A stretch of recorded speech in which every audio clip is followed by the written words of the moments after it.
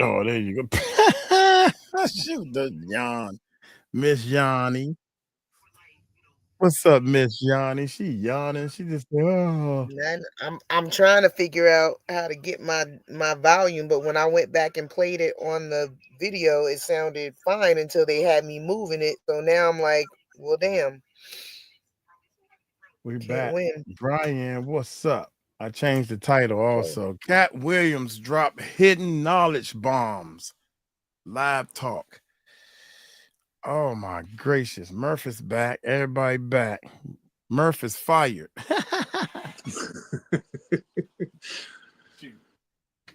that just annoys the hell out of me. But yeah, we'll move on from that.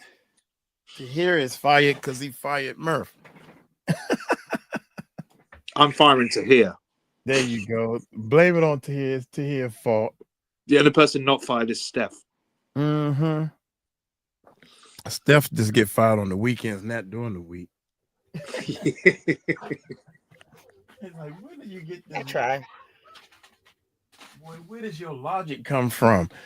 Anyway, we back again. How y'all doing? Hey, Telly. Brian, shout out to my main man, Brian, in the house. Brian, hey, Mina. Mina. Hey, shh. Mina in the house. Mm-hmm. How you doing? Mina, you still got company? Mm-hmm. Hey, Mike and Stephanie and Murph Love from Australia. Australia in the house. Australia? Mm-hmm. Yeah, Murph got fired on his day off. Yeah. Murph got fired on his day off. I deserve to be. How did you get fired on your day off? I don't know. You tell me, me, homies. You're the boss. Bass girl.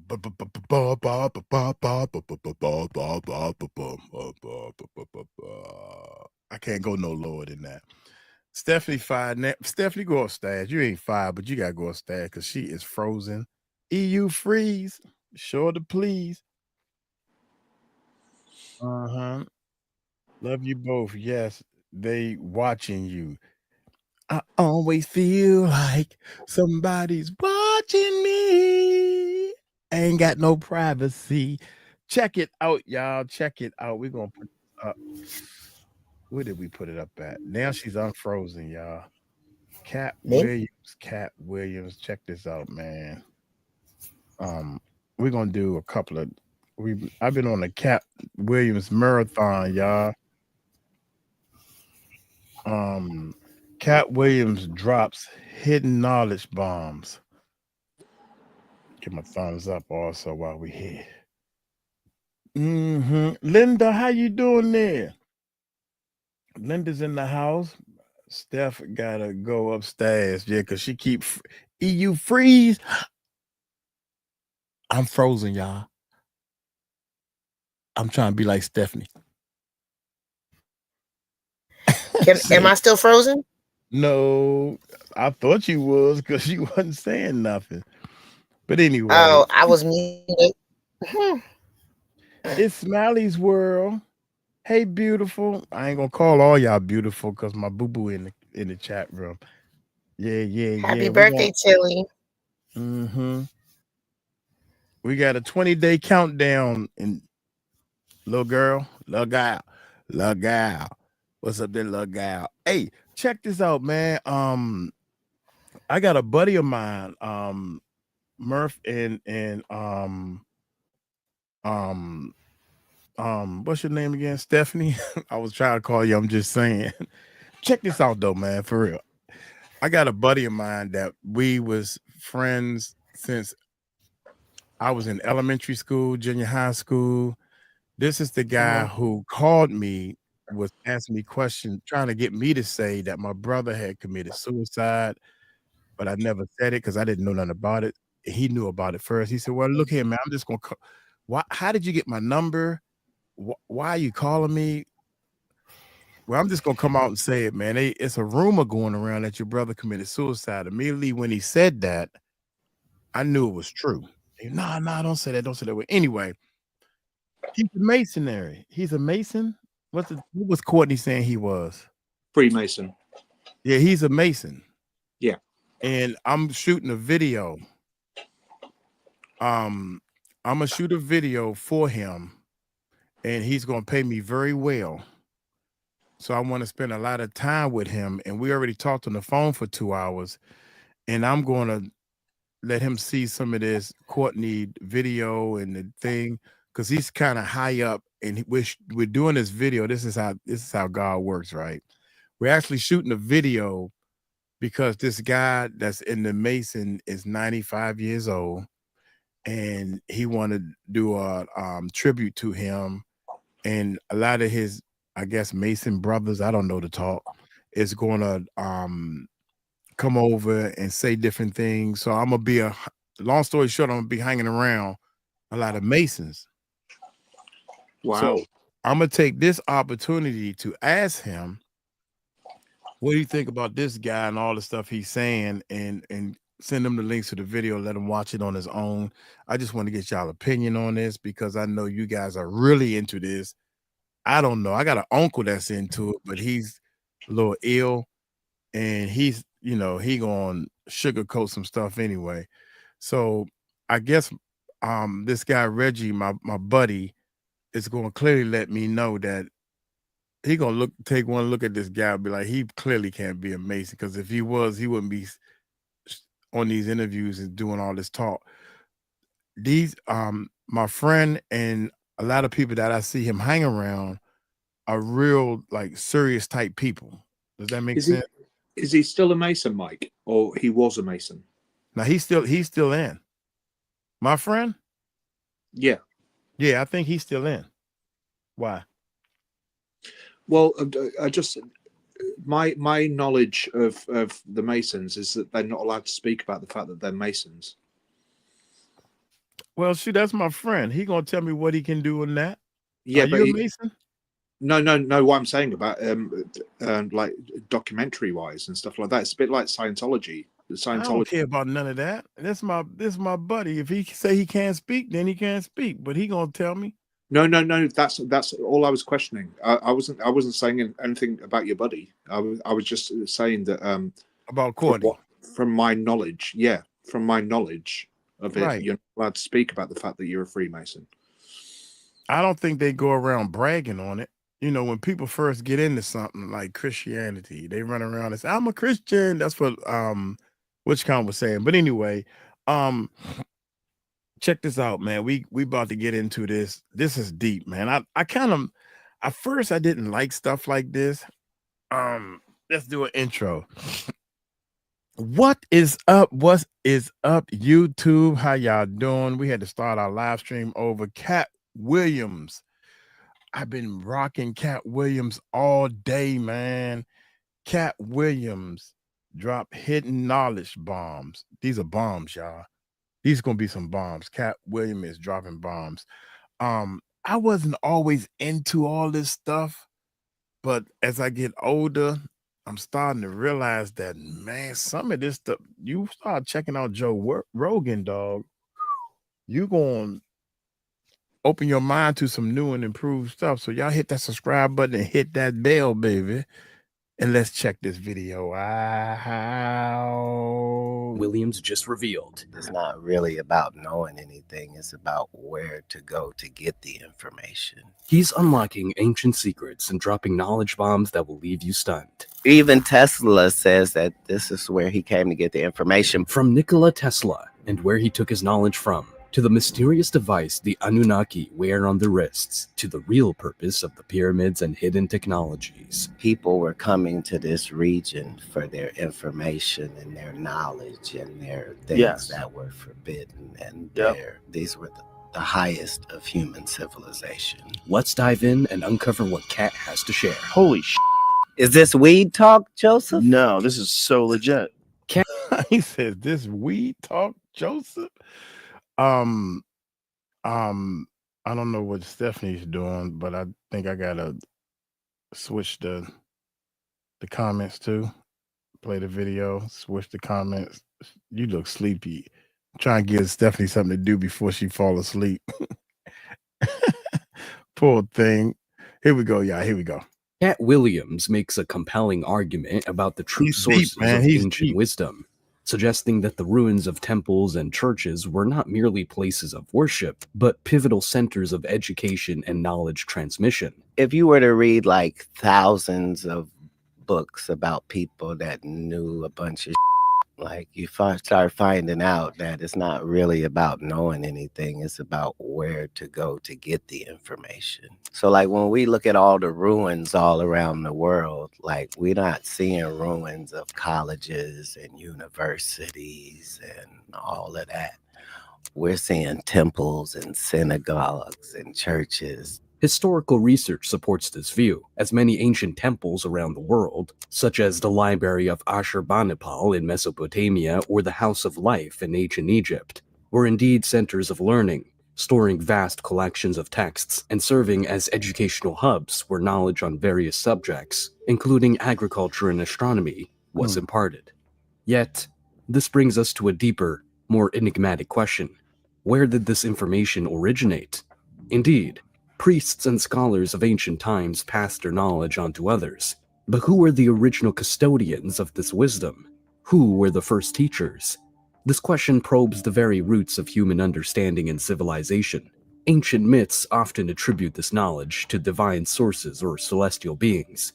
Consider the Sumerians, who credited their knowledge to the god Enki, or the Egyptians to Thoth, the god of wisdom and writing. These figures are portrayed not merely as deities, but as pioneers of knowledge, who handed down essential information that formed the basis of these advanced societies. Such narratives, while steeped in mythology, may symbolize early humans' attempts to explain the acquisition of complex ideas and technologies that seemed beyond the reach of ordinary human ingenuity at the time. 100% of the writings across the world, whoever said anything about space or the universe or what was out there, why were all of them correct? It's not even possible. Like, how did they know that Mars was the red planet, and why was it a worldwide fact? Planetarily, that Saturn had rings, like, based upon what information? Because nobody worldwide is disagreeing. Expanding on Katt's observations about cosmology, it's fascinating to consider the and that's deep right there. I mean, the rings, about the rings and stuff, that's deep, because it's like nobody worldwide even questioned that. Everybody just said, boom. We assumed that we're good with the rings. Oh my God. Astronomical accuracy of ancient civilizations. For instance, the Dogon people of Mali have long been known for their detailed astronomical understanding, which includes knowledge of the Sirius star system that is remarkably precise. Scholars have debated how such precise knowledge could have been obtained without advanced technology. This aligns with Katt's suggestion that such detailed cosmic knowledge might have been imparted by advanced beings or through means not yet fully understood by modern science. Moreover, Katt points out the global consistency in ancient knowledge about planets like Mars and Saturn. This observation can be linked to ancient texts and artifacts.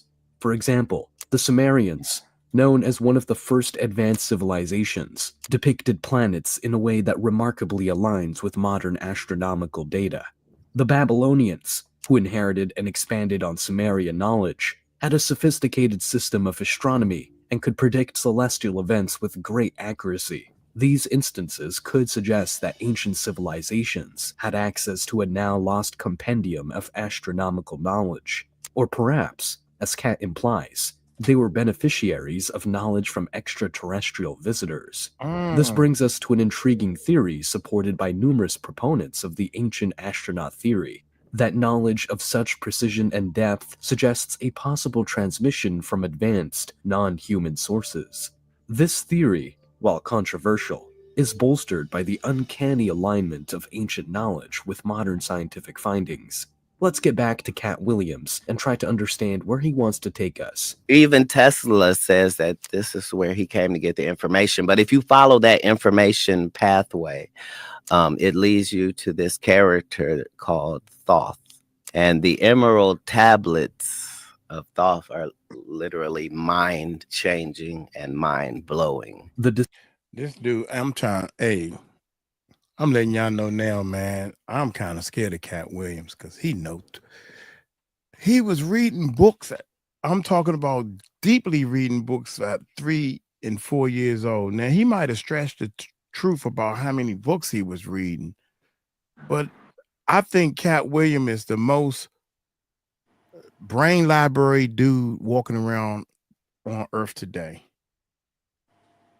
He's Discussion between Katt Williams. Oh, I'm sorry. I thought you was gonna say something. No, yeah, and I was just going to say he's definitely a very, very intelligent man.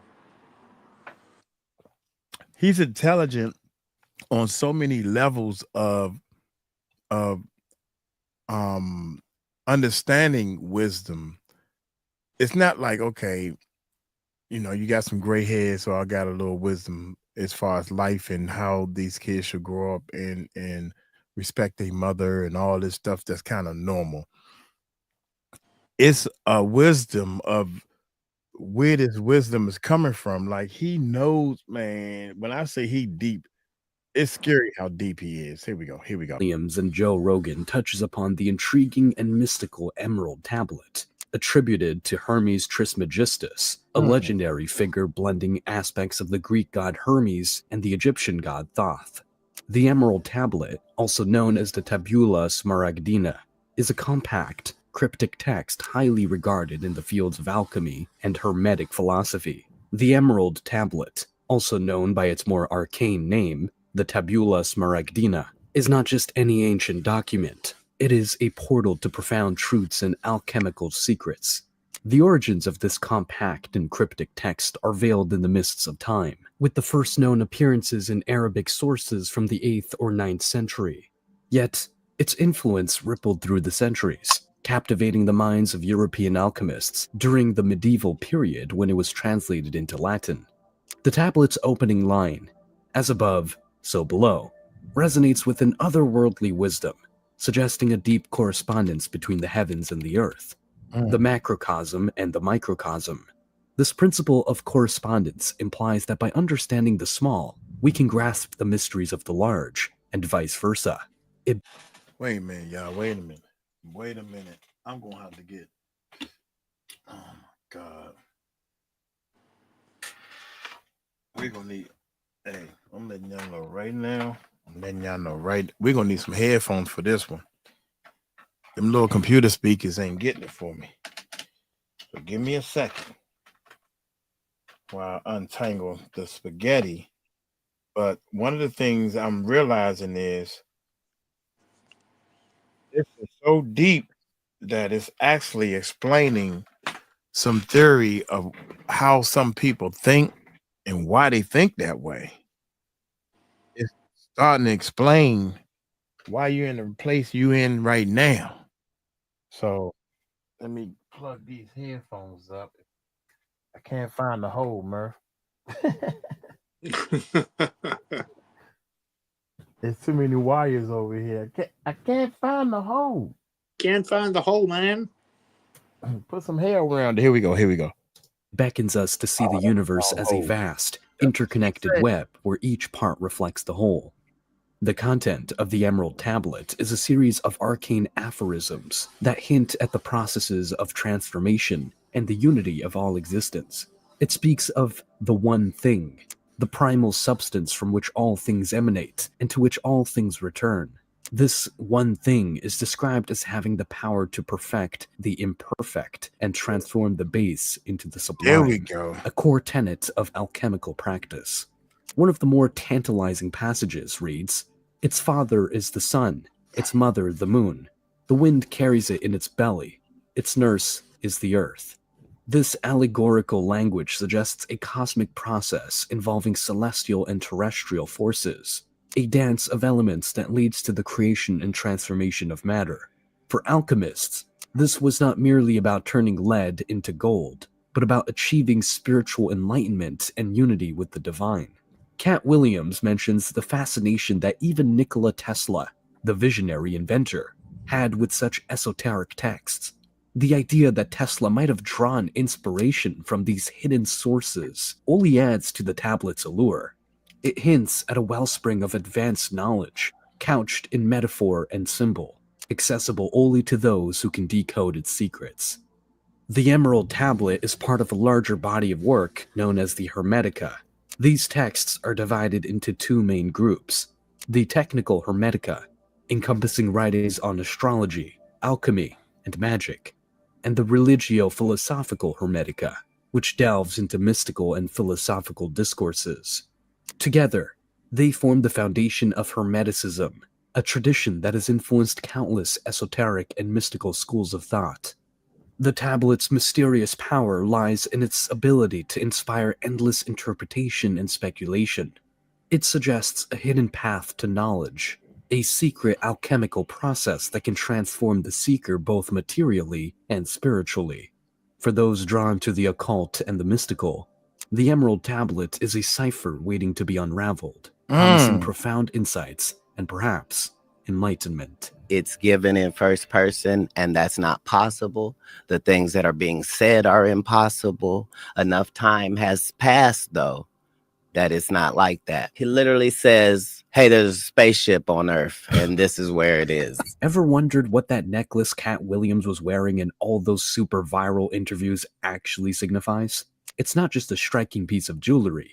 It holds a secret that ties back to ancient and mysterious origins. Here we go. Katt Williams, in a moment of revelation, shared with Joe Rogan the fascinating story behind his unique necklace, dispelling common assumptions and diving into the realms of ancient lore and forgotten technologies. This is that thing that you see that all the Anunnaki guys that look like a wristwatch, and they always have it, and you're always trying to see what that is. Yeah, what is that? It is it's a compass. It's a timekeeping compass. As Katt Williams and Joe Rogan peel back the layers of ancient mysteries, we are drawn further into the enigmatic world of the Anunnaki and their astonishing technologies. The Anunnaki, often depicted in ancient Mesopotamian carvings, are shrouded in intrigue. These deities, revered by the Sumerians, Akkadians, and Babylonians, were said to have descended from the heavens, bringing with them unparalleled knowledge and advanced technologies. One of the most perplexing aspects of Anunnaki depictions is the enigmatic watch device frequently seen on their wrists. Scholars and enthusiasts alike have puzzled over this artifact. The thing that tripped me out, now I can't hear because I got these headphones on, but we'll do this. The thing that tripped me out is, let's back up a little bit. Wait a minute. Right there. These ancient drawings, years and years ago, these people got a watch on their wrist, and that's what we do. So how did we know to put a timekeeper on our wrist? Is this where this come from? I think, I don't think that was a watch per se. I think it was it was something they wore. It was more like a crest. Jewelry, maybe just jewelry. Yeah, it was jewelry. Yeah, back then they used, that's when like the sundials and stuff like that. So right, but the sundial was a timekeeper. No. Yeah, of course it was, but you can't have a sundial on your wrist because you're always moving. The sundial has to be. So they just put that there in the picture only, maybe? Perhaps, yeah. Yeah, okay. All right. But I know one thing, that eagle head and stuff all this stuff is spooky. If you don't understand the reason why all this is going down like that. I need the headphones to hear you, but I can't hear myself, so it sounds like I'm not loud enough or something. But here we go. This is interesting, you sound fine, mate. You sound fine. Okay. Anunnaki depictions is the enigmatic watch device frequently seen on their wrists. Right. Scholars and enthusiasts alike have puzzled over this artifact, trying to decipher its true purpose. Was it merely symbolic, or did it serve a functional role far beyond our current understanding? Katt Williams suggests that this device was a timekeeping compass, a tool that combined the functions of a clock and a navigation instrument.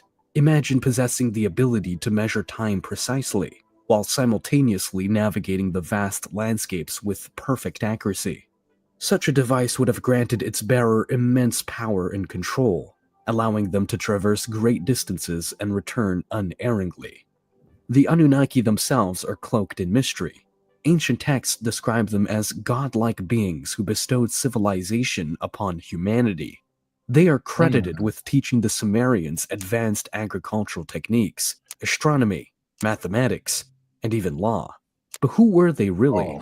Some theories propose that the Anunnaki were extraterrestrial visitors, beings from another world who brought their advanced knowledge to Earth. Others suggest they were highly advanced humans or demigods, their wisdom and technology remnants of a lost epoch. Numerous ancient artifacts support the existence of the Anunnaki and their technologies. Clay tablets, cylinder seals, and carvings depict these beings with remarkable consistency. The watch device is one of the most intriguing elements, appearing in various forms and contexts. Could this device have been a gift from the gods? It's funny how I mean, if you go ahead. No. I don't want to interrupt you, Mike. I can't tell. You go first. I'll respond. You started interrupting as soon as I stopped it and started saying something. So go ahead. No, I want to hear what you got to say. There's a delay. So some people, Linda's saying that she's seen some history stuff on it, and I apologize if I'm wrong. I apologize because you're right. I forgot all about the delay. I apologize. I thought maybe you don't hear the delay. You should hear me start talking right then and there. But I delayed when I hit the button. But it's all good. Anyway, that's what I was talking about, Murph. I mean, what made me stop it a while back was because of this watch that's on this person's hand way back in the day, and it's a drawing. And now all of a sudden we wear these watches on our hand, on our wrist. On our wrist. Yeah, no. I'm in agreement with that. I just don't get how it would work. That was my only. Who cares how it worked? Because that's not for us to know back then. I mean, it was it's almost like it worked with the sun / the magnet of like a compass / it was. I mean, dude, it was something bomb diggity from the other gods from back in the day. It ain't. It's not even designed for us to know how the damn thing worked for right now. Who cares how it worked? Did it work? Yeah, it must have worked. They wore it on their wrist. It'd be pretty cool if we knew how it worked, though. Yeah, it would be cool. Shit, it'd be cool if we knew how the devil and the God work. If he gave us a sign or anything, that'd be cool. It'd be cool if we could figure out like that movie with before somebody committed a crime. Do you reckon aliens came down and gave it to them? I believe. You know what I believe? This is what I believe. I believe history repeats itself. I think all this happened once before, and not just all of us. But I think that the world end and it start all over with nothing. We ain't got nothing. We got birth of a person, and we develop and we learn more stuff, and we get bigger. We start the negativity stuff. We capture people or whatever the case may be, and now we are so advanced. Technology is getting better and better, and then all of a sudden we end up. Technology is so good that we are going to be our own enemy, like iRobot. But what gets me is we're so technologically advanced as a human race now. Right, we're so advanced that our greed comes out. But we still can't. We still don't know for sure how the pyramids were built. Right. We don't know, and we would never know. But they figured something out back then that made them advance. And these pyramids, when the world was destroyed, everything was destroyed except for the pyramids. Like, for example, we might I don't know. I'm just saying everything is going to be destroyed in the world because we're going to do something stupid. And everything is destroyed except for, let's say, these drones. Now the pyramids will be there and the drones. Somebody's going to find a drone. They're going to find out how to charge it. And it's like, how the hell they get this thing to go up in the air? And I ain't talking about the little drones that we have as toys. I'm talking about a big drone that a human being can fly on. They're going to find that and put some gas in the thing and make the thing work. It's like, wow, how did they do this? Because they're going to be probably in an advanced level of getting horses to pull a daggone buggy. I'm sorry. I'm sorry. I had to interrupt. What's going on with 𝗗𝗓𝗡𝗞? Mods, can you please handle this? I've already timed him out once. He's all caps in the chat. I've timed him out once, and he's coming back all caps in the chat. So mods, this is one that you guys please. All right. Well, y'all handle that. We're gonna continue watching because I done lost my chain of thought. That's deep. A tool that enables the watch device is one of the most intriguing elements, appearing in various forms and contexts. Could this device have been a gift from the gods, a tool that enabled its users to manipulate time and space? Consider the ancient Sumerian. Now, is this a tool that they can use to manipulate? This is what he's saying, time and space. Maybe it was a tool they can use to manipulate time and space. That's deep right there. What do you think, Murph? Yeah, I think that everything that they're saying is fascinating. I love all of this history and stuff like that. I just want to know how it all. I think it's instinctive in me to want to know how everything worked. I think everybody want to know how it works. That's a given. It's just, yeah, because it's just like there was no kind of technology back then. So I just and people like Linda in the side chat. If you've seen all of this stuff, like you've been saying in the side chat that you've watched stuff on the History Channel and stuff, I'd be fascinated to know where you've watched it so that I can go and research it myself and watch it. Yeah, I bet you any amount of money this will bring in a lot of viewers, stuff like this, and getting to the theory of it and stuff. And contexts. Could this device have been a gift from the gods, a tool that enabled its users to manipulate time and space? Consider the ancient Sumerian king list, a chronicle that lists kings who reigned for impossibly long periods, spanning thousands of years. Some interpret this as evidence of the Anunnaki's influence, suggesting that these kings were, in fact, Anunnaki rulers who possessed longevity through advanced technology or knowledge. Katt Williams's necklace serves as a modern homage to these ancient devices, symbolizing a bridge between the past and present. It hints at the possibility that humanity's understanding of time and space is still evolving, and that ancient civilizations may have possessed knowledge that we are only beginning to rediscover. Theories about the Anunnaki and their technologies. Can you imagine that? Dude, how in the hell did they build these pyramids? I'm telling you, it's aliens, mate. It's aliens. How in the, did you see? And it's funny, I remember being in elementary school, and I was talking to the teacher and asking the teacher, well, how did they get them big rocks up there? Because we watched a video and they were saying they had some heavy duty machines, right? And they trying to they're trying to redo something. I don't know. I was so young. And they trying to put these big old boulders on top of each other. Like, you ever see that picture? It's a picture where you got the two boat and you got this big boulder on top. We got mega machines and we couldn't get it done.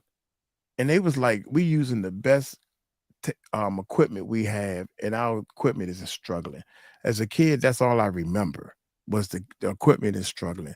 So how did these people that don't even have an engine, a combustible engine, how did they get those big rocks on top of each other like that? It doesn't make any sense, does it? Right. So, and to this day, that question still stands. How did they do it? And oh my God, we could use 50,000 pulleys and understand, if you're trying to lift something real heavy, you can do a couple of pulleys, and you pulling for a long time, but it's raising up real slow. But you getting that heavier weight up, like leverage or whatever. That's deep, man. Is still evolving, and that ancient civilizations may have possessed knowledge that we are only beginning to rediscover. Theories about the Anunnaki and their technologies continue to captivate the imagination. Some researchers believe that remnants of this advanced knowledge can be found in sacred geometry, pyramids, and other ancient structures. These monuments, with their precise alignments and sophisticated construction, suggest a deeper understanding of the cosmos. What if the stories of the Anunnaki are not mere myths, but remnants of a forgotten history? What if their technologies, like the timekeeping compass, hold the key to unlocking new dimensions of understanding? But then, the conversation takes a surprising turn, diving directly into the mysteries of the pyramids of Egypt. Watch what Katt has to say next. It will make you wonder. No, That's on my bucket list, man. I want to go. I got to see for myself, man. That's on my bucket list, man. So, Lord, please give me all the subscribers and viewers. So, if y'all want to see, y'all want me to video and tell y'all what I see, hit that subscribe button, hit that bell, and watch these videos. Because I'm going. I want to go and I wait to the end. I wait to the end and break it all down. The conversation takes a surprising turn, Check diving directly into the mysteries of the pyramids of Egypt. Mm. Watch what Katt has to say next. It will make you wonder. no people built the pyramids. No people? No. Who built them? No people built the pyramids. And if you look around the world, you see certain telltale things that let you know that advanced machinery was in usage. For This sure. whole thing where slaves are stronger people is a fallacy. We like to believe that slaves are stronger. Slaves are weaker because they don't eat the right food and they live a terrible life. Katt Fact. Williams' claim Facts. They getting beaten. They work it. Well, they strong. Well, they get stronger. I think they. I don't know. I'm not trying to go against Katt Williams. Definitely ain't trying to do that. But I think their body and their strength and their mind is stronger because they have less nourishment food, and they have to do more exercises on a daily basis. What you think, Murph? I think that you're right in one sense. I think that mentally you become stronger because you're Right. having with so much more. Right, because But being mentally strong doesn't make your body more fit. no, well, it's I saw this thing where you exercise your muscles, but if you exercise your muscles and you're picking up 100 pounds, you just keep working out with 100 pounds.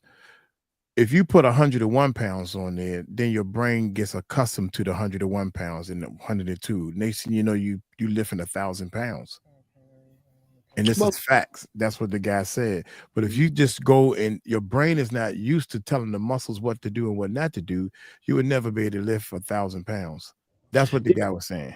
And you know, there's stories of people out there lifting cars up and stuff.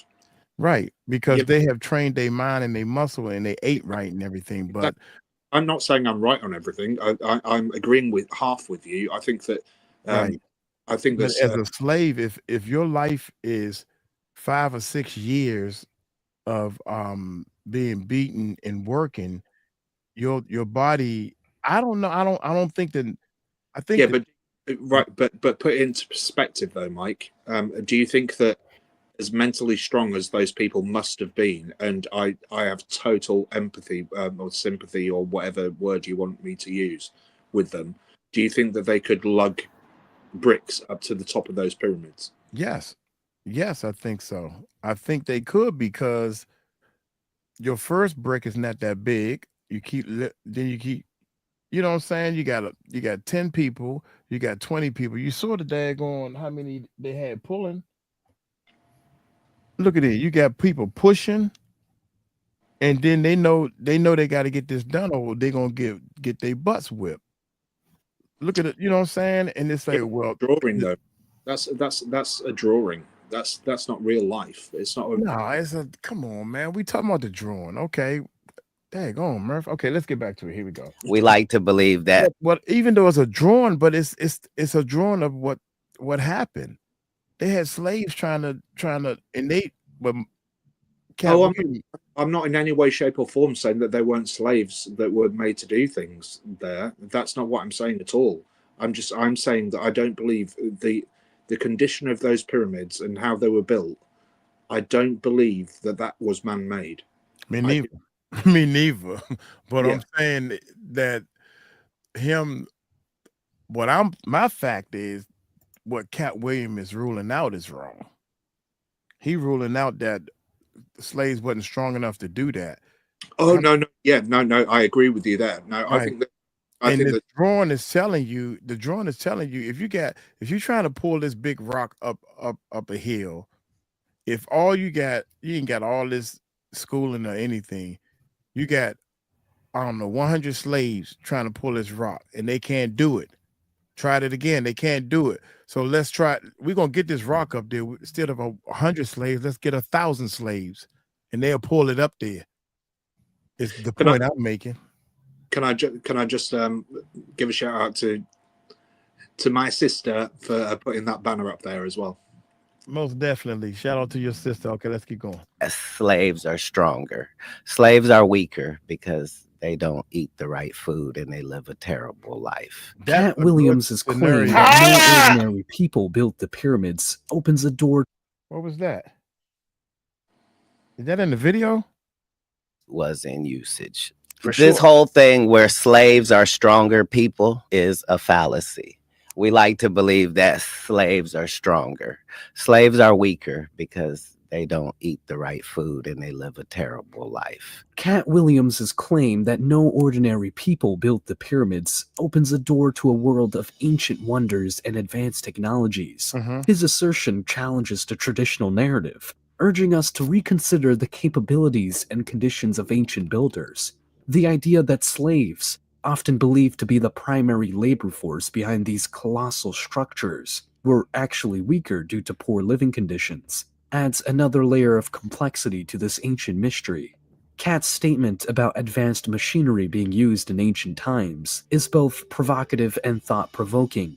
If we look around the world, from the pyramids of Giza to the temples of Pumapunku in Bolivia, we see evidence of precision cutting and moving of massive stones that modern technology would struggle to replicate.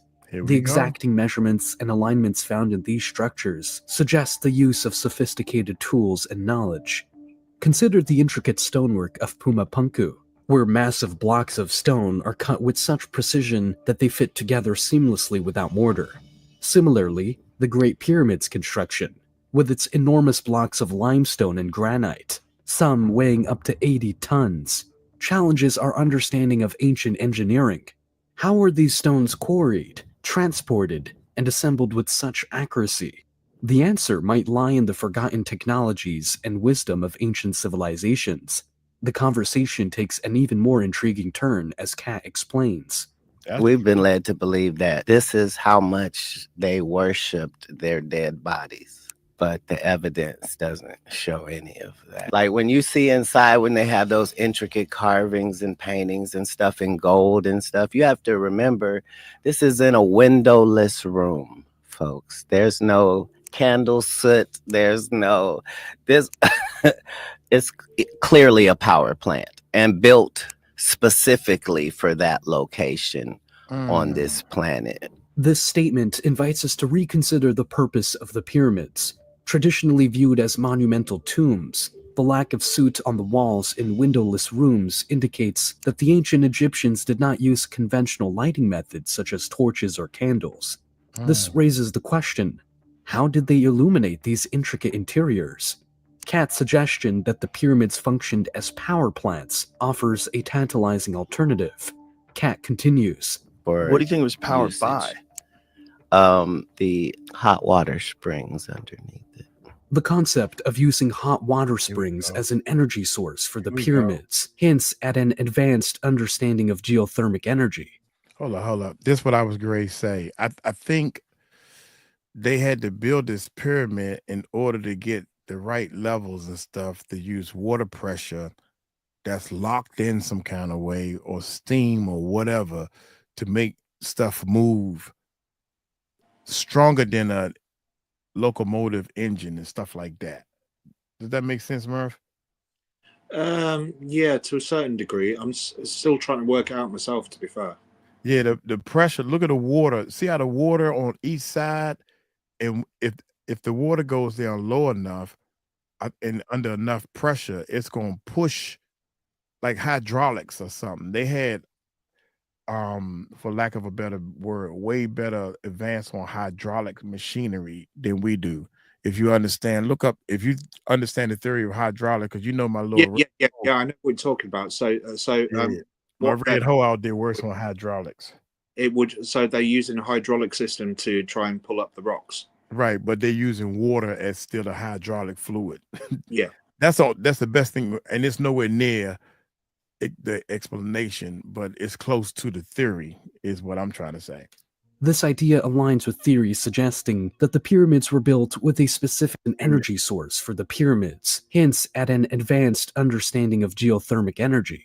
This idea aligns with theories suggesting that the pyramids were built with a specific knowledge of Earth's natural energy grid, possibly utilized to generate power.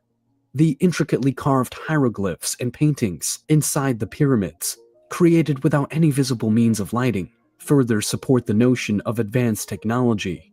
The precise and complex nature of these carvings implies that the ancient Egyptians had access to light sources far beyond our understanding. This leads us back to the Anunnaki and their supposed advanced technologies. If the Anunnaki did share their knowledge with early humans, it is conceivable that such knowledge included the use of advanced machinery. The watch device, a timekeeping compass, hints at a level of technological sophistication that could extend to construction methods and tools. The Anunnaki, known for their supposed mastery over time and space, might have also imparted techniques for manipulating massive stones and achieving precise alignments. The notion of advanced machinery is not limited to Egypt. Around the world, ancient sites exhibit signs of high technology. The stone structures of Easter Island, the megalithic temples of Malta, and the intricate carvings of Angkor Wat all point to a global phenomenon. Yes. Could it be that a shared, advanced knowledge once existed, only to be lost or hidden over the millennia? These enigmatic sites, scattered across the globe, challenge the conventional understanding of our ancestors' capabilities. Katt Williams' insights compels us to re-examine historical narratives. If slaves, weakened by harsh conditions, were not the primary builders, then who were? Skilled artisans and laborers with access to advanced knowledge and tools? Or perhaps a more enigmatic answer lies in the involvement of beings like the Anunnaki, whose influence and technologies remain a subject of speculation and wonder. In conclusion, whether we're exploring the Anunnaki, the pyramids, or any of the countless ancient mysteries and hidden technologies, one thing is crystal clear: everything stems from a deeper source. Be it the vast expanse of the universe, or an intelligence beyond our comprehension, something profound underlies our reality and breathes life into it all. I call this source God. Throughout history, across different cultures and civilizations, humanity has been in a relentless pursuit of something greater. This quest for understanding, inscribed in our very essence, unites us all. Ultimately, all these paths, no matter how diverse or ancient, lead us to the realization of God, the ultimate source of all knowledge and existence. The greatest trick is to make us believe that people back then were dumber and we're smarter. Right. And that whole thing is a fallacy. Yeah, that's And definitely not real. Oh my goodness, we got to do this one right here, man. That's crazy. And a lot of times when Katt Williams speak, he says things about, like, the whole trick is to make you believe that this didn't happen. And you be like, wow. The whole trick is to make you believe that we're a lot smarter than our ancestors back in the day. But it sure is funny how they had home remedies to make us well, and we got to go to a doctor. The first thing you need to go to a doctor. And I'm like, what makes you think a doctor knows better than me? That's crazy, man. So look here, man. We're going to get on up out of here. Hey,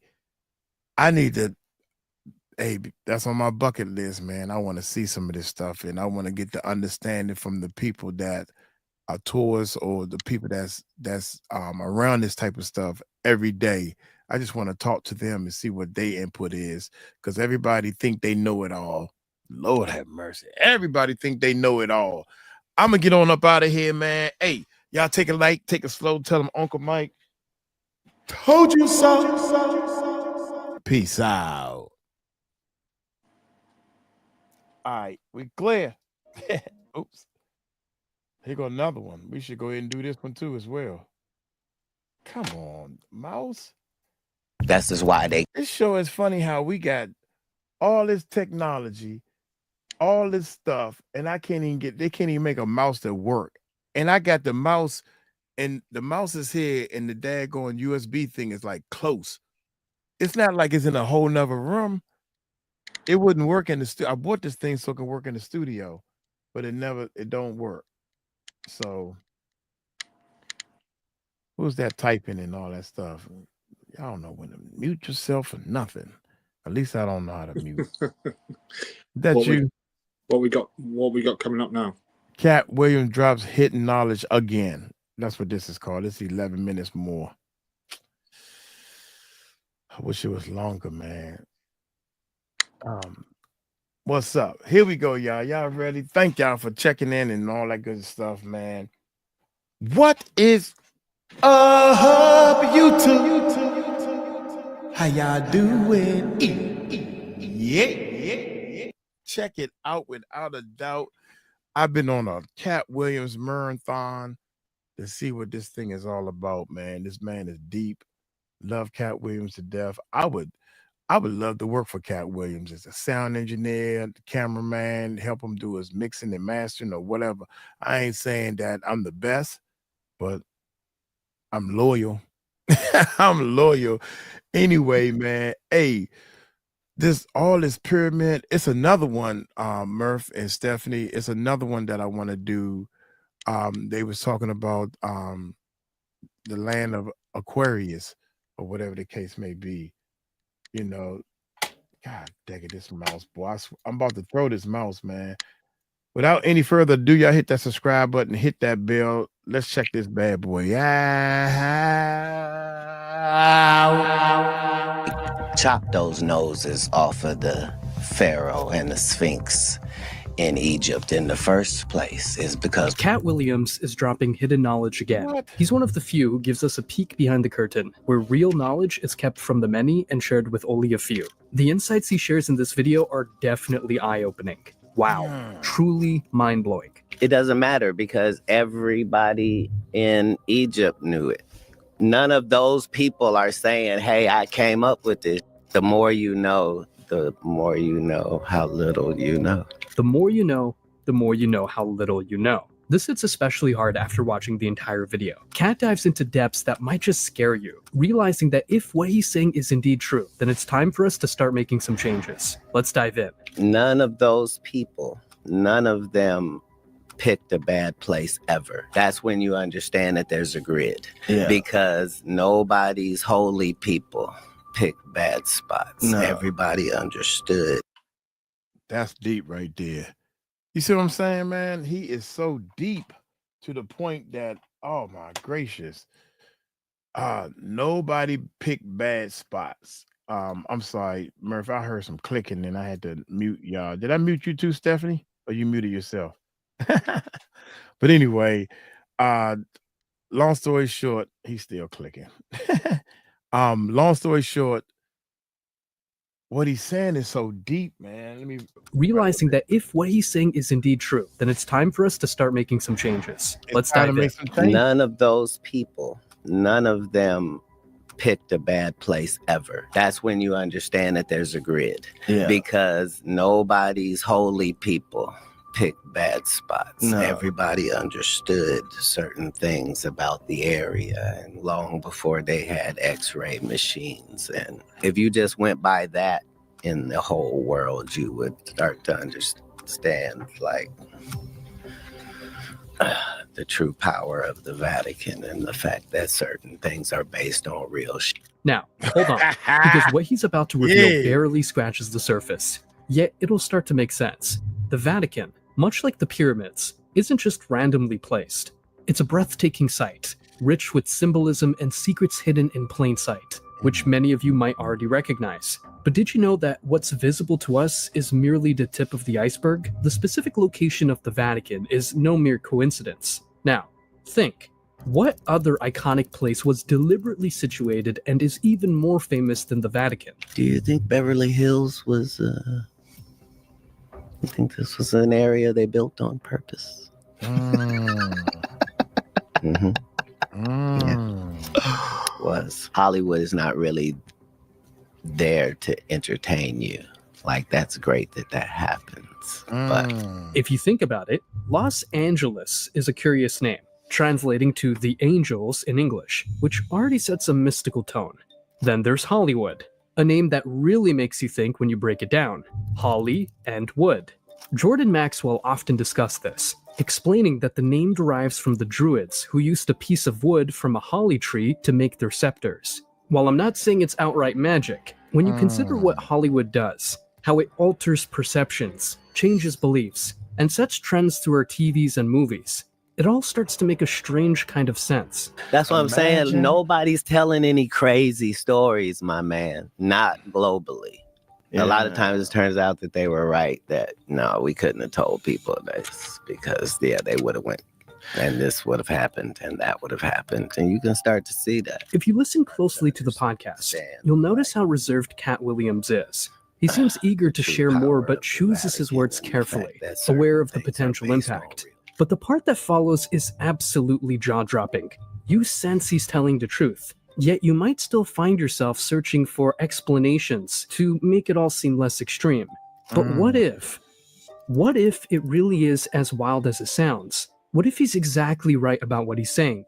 Let's listen to Katt. You don't care how people feel about the ritual.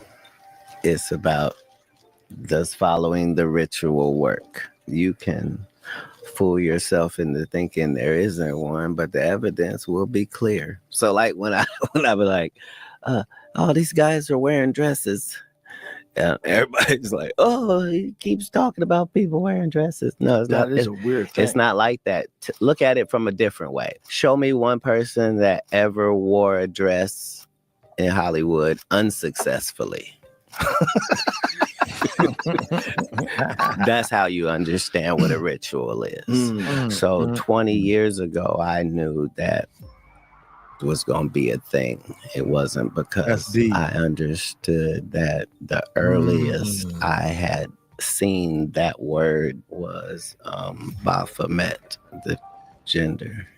And so I knew that in the ritual of Baphomet, the gender, to show allegiance to him, you had to kiss his.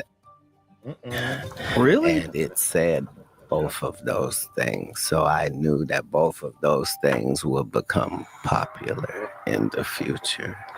And that somehow calling people the goat would be normalized over the sheep being always the most popular reference. I warned you this might get a bit wild, but think about it. You've seen it on TV all the time. Remember Dave Chappelle's incident with the dress? Here it is for those who aren't familiar. I mean, I'm a conspiracy theorist to a degree. Like when I connect dots that maybe shouldn't be connected, I don't know. But certain dots, like when I see that they put every black man in the movies in a dress at some point in their career, I'll be connecting them dots like, wow, all these brothers gotta wear a dress. This happened to me. I'm doing a movie with Martin. Yeah. The movie's going good. So I walk in the trailer. I'm like, man, this must be the wrong trailer because there's a dress in here. And let's not forget about Kevin Hart. Dave Chappelle, another great comedian, said that, you know, in the industry, they tried to make him wear a dress. Have you ever ran into that with scripts? And is that something that, you know, you wouldn't do, you know, for? I definitely haven't ran into to put on a dress. I mean, you know, you have to have boundaries. You have to have limits that you refuse to cross. There are more discussions like these, so there must be some truth there, right? Now, the part about the ritual and Baphomet really scares me. If there's any truth to this, we are screwed. Big thanks to Katt Williams for daring to voice these truths. We're about to dive into the chopped noses part. But first, let's hear what Katt has to say to Joe about the Illuminati. That's why I can speak with impunity about the Illuminati, because I know who you... Did y'all see that? Did y'all... Hold up. We are screwed. Big thanks to Katt Williams for daring to voice these truths. We're about to dive into the chopped noses part. But first, let's hear what Katt has to say to Joe about the Illuminati. That's why I can... Look at Justin Bieber. I never seen Justin Bieber do the one eye thing. Do y'all think he know what he's talking about with that one eye, with the circle around the eye? That's crazy, man. I don't know. No, he's been told to do that. Right, he's told to do that, but do he know why he's being told to do that? No, Especially, of course he doesn't. I think you know why. Because look, that's when he was older. He have already been, for he's lack not of a older better. than Mike. He's not older. He's still. Oh He's my still. gosh, you're gonna just contradict everything I say, and it's supposed to be my channel, right? Right. Listen, Murph. Listen. He's not as young as when he first started with, like, does that picture look like he's older when what was Puffy done took him under the wing for 28 hours or 48 hours or whatever? Or you think that's the same age when before or after Puffy took him for 48 hours? That's my question. I think probably a couple of years older. Yeah. So he's older. That's my point I'm making, to hurry up and get to my real point. My real point is he has already been arid. He has already been hurt. He has already been swallowed and drugged or whatever. So now he's like, you part of this cult. So this is simple. We need to take pictures of you doing this or whatever, right? That's what I'm thinking. Just like Courtney, I can't believe Courtney did the symbol and he gonna act like he wasn't doing it. Oh, I just put my hands like this. Courtney, you so smart. You are so smart that you do the stupidest things. Yeah. You know, these people that's doing that, they are all doing it on purpose, even if they told to do it with that eye thing. So I stopped it right here to let y'all know that I think these people are making jokes to us normal people. Can we just go through the list of the people that are there? So who? Okay, go ahead. So you've got Bouncy. I won't say her name. I refuse to say her name, so I call her back. So why you want to go to the list and you're not gonna say the name? Because I don't know the names. You're saying Beyonce? So yeah, Beyonce. Yeah, the top so right. Beyonce, Justin Bieber. You've got who's that on the underneath Justin Bieber? Is that Sia? Shit, you the one said you're going to say the names. You don't know their names. You've got Johnny Depp. You've got Jackie Chan. That's Jackie Chan. I ain't know that. Yeah. Wow. You've got Kim Kardashian there, but she's not doing a symbol per se. She's just holding something up and covering her eye. And then you've start covering the eye. Okay. Who's that besides Jackie Chan? Who's this guy besides Jackie Chan? I seen him in a movie a couple of times. It's Johnny Depp. Okay. All right, let's keep moving. My man.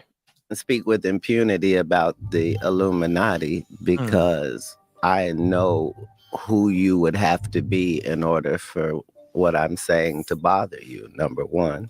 Right. Number two, I know your big secret. I know that you're not the Illuminati. I am. So you can't be illuminated. You're too dark.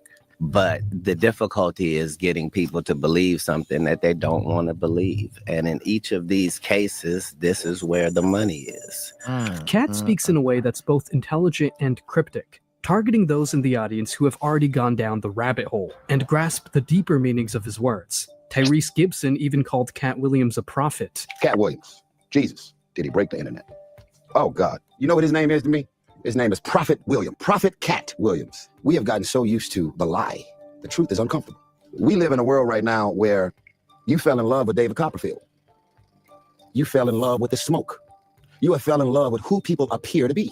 They don't want you to see the truth. They don't want to expose what's actually being said, what's actually being done, what's actually going on. Indicating that many support him, though they might be too fearful to speak out due to the potential of losing everything. Here comes the part where he explains why all the pharaoh statues have their noses chopped off. Again, it makes you think. You probably wonder, why do white people pay so much attention to black people if they don't like them? You would think if you didn't like something, why would you be paying attention to it? I don't pay attention to things I don't like. The liar knows what lie he told. You see what I'm saying? So even if I made it deceitful and I made you think that the answer is over here, but the answer is really over here, I'm still going to be looking over here. me, the one that tricked, because I know this is the right answer. Black people have lost their identity, but our oppressors have not lost our identity. That's just why they chopped those noses off of the Pharaoh and the Sphinx in Egypt in the first place, is because without this nose, we can tell you this is whoever it is. But with that nose, it can only be. Why would somebody vandalize a whole face and only vandalize one part? Nobody wanted to knock an eye off or take an ear off or no chins missing. No, just the nose. Just the nose. Because it's a brand. If you take a close look at the statues' faces, you can start to see the similarities Katt is talking about. Who knows? We live in an era where it's hard to know what to believe anymore, what's real and what isn't. We often just accept what the so-called experts, like major historians or scientists, tell us without a second thought. But I think it's healthy to have your beliefs challenged sometimes. I really admire Katt for what he stands for. We definitely need more people like him. However, it's not all doom and gloom. Watch how Katt wraps things up on a positive note. That's why angels and devils freak me out. Because no one wants to believe that there's a Satan, that there's a devil. You mean a bad and a good? Yeah, not just a bad and a good, but an actual evil, malevolent force. No, just start with bad and good. Yes, bad okay, and good, so if we started bad and good, then we understand what must be at the extremes of that. Right. Nobody's telling a different story.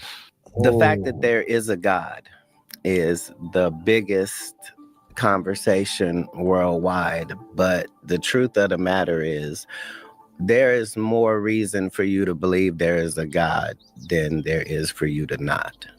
You have to understand that this thing serves no other purpose than to bring pleasure to this small group of beings. Right. And the fact that it already was set up to do that, the fact that it was already set up on this planet for there to be medicines for us to find and to utilize. And you see what I'm saying? It's like, it's not like, oh yeah, so he made a cow. No, to make a cow, it means you had to also have made grass. And it means you would have had to have invented a whole new eating system for this animal, which was cud. And that means you would then have to have given him 3 stomachs to be able to, and you would have to have known that he was going to then emit a gas that was going to be necessary on the planet. Like, it's clear that Katt Williams doesn't just entertain, he enlightens. His words challenge the status quo and invites us to question the narratives we've been fed. In a world brimming with information yet starved for wisdom, Katt's insights are a beacon for those seeking truth in the shadows of mainstream narratives. So, as we reflect on what's been shared, let's not only appreciate the boldness of his message, but also the hope it carries. Remember, every question we dare to ask is a step towards greater understanding. Wow.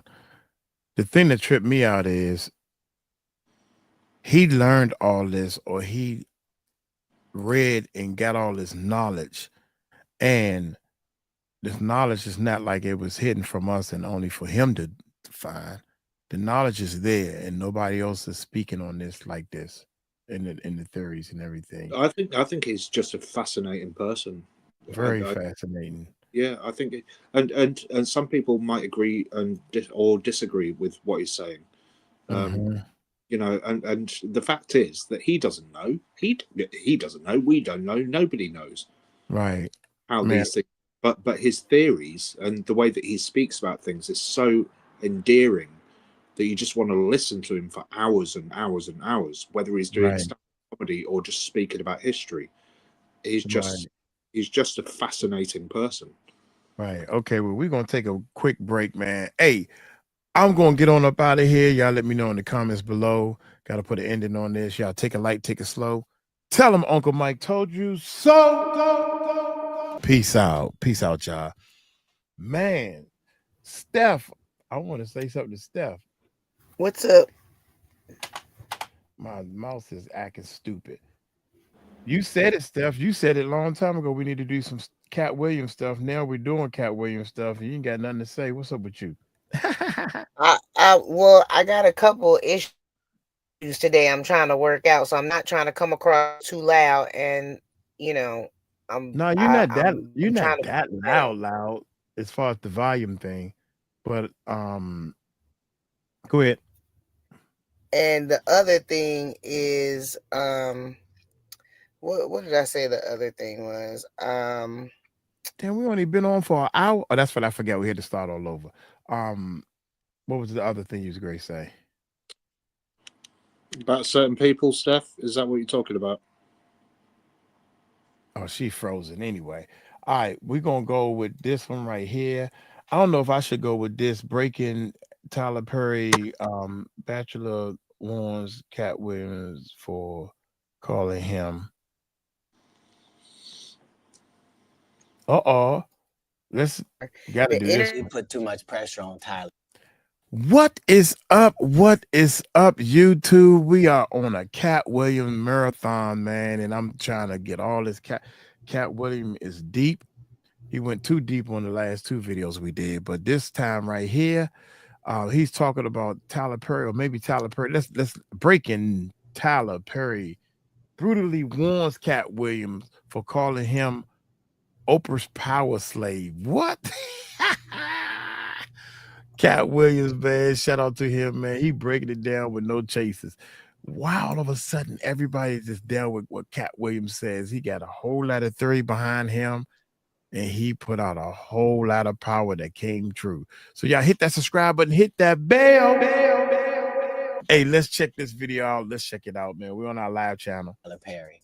You know what I mean? He ain't put nobody on. Be what you gonna be, but put your people on. Be wondering why people keep saying gatekeepers. Katt Williams seems to have made it his mission to expose creeps in the industry, and he has recently turned his sights on Tyler Perry, accusing him of being Oprah's handler. The comedian has also accused these two elites of having a sinister agenda against Black actors. Oprah and her buddy Tyler are not strangers to accusations like this, but it seems to be getting out of hand now, and people are demanding that they are held accountable. Several celebrities like 50 Cent, Ludacris, Dave Chappelle, Monique, and so on have called out Oprah and Tyler Perry for acting against the interests of Black entertainers. The pair have been accused of setting Black actors up for embarrassment, lowballing, and blacklisting rather than using their positions to uplift the Black community.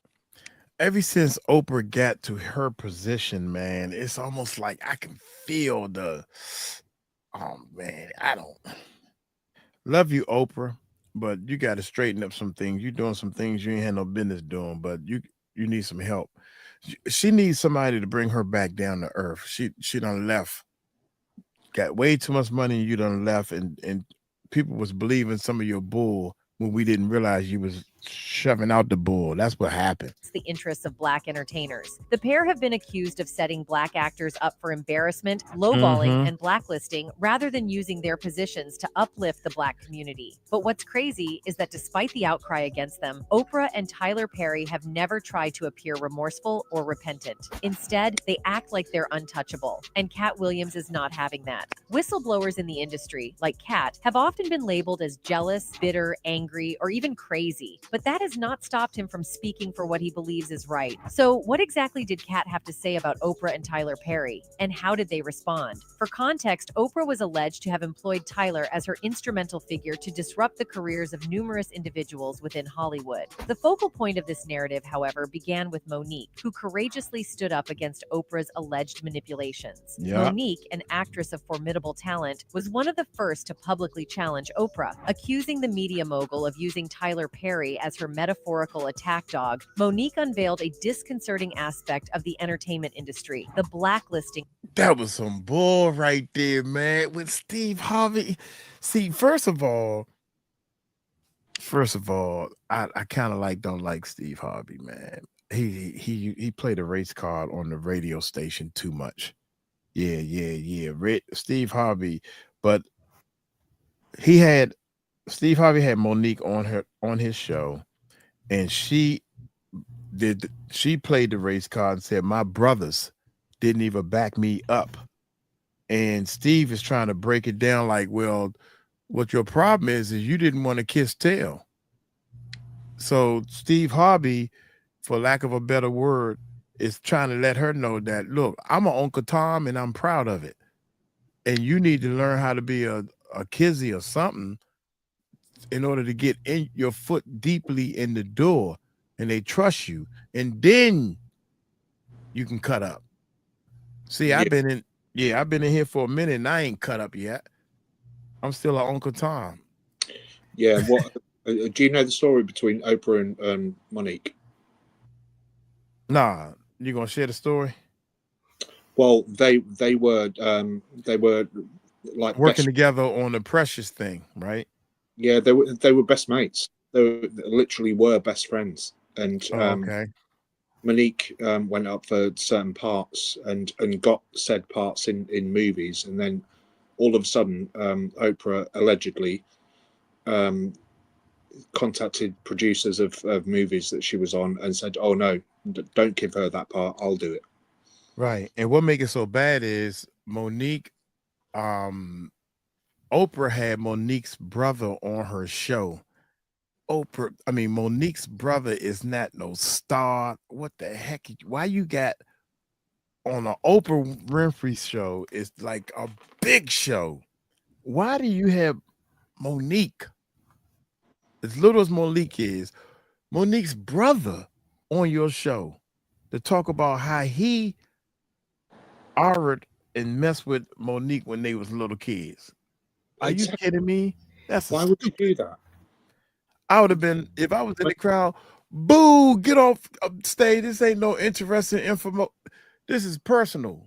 Monique is an Oscar-winning actress, and she's far superior as an actress to Oprah, in my opinion. Only in my opinion. But do you know what I mean?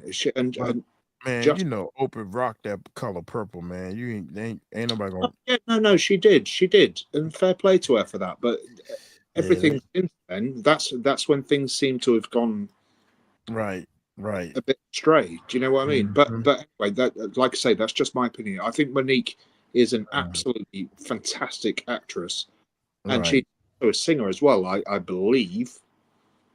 You believe that she's a good singer?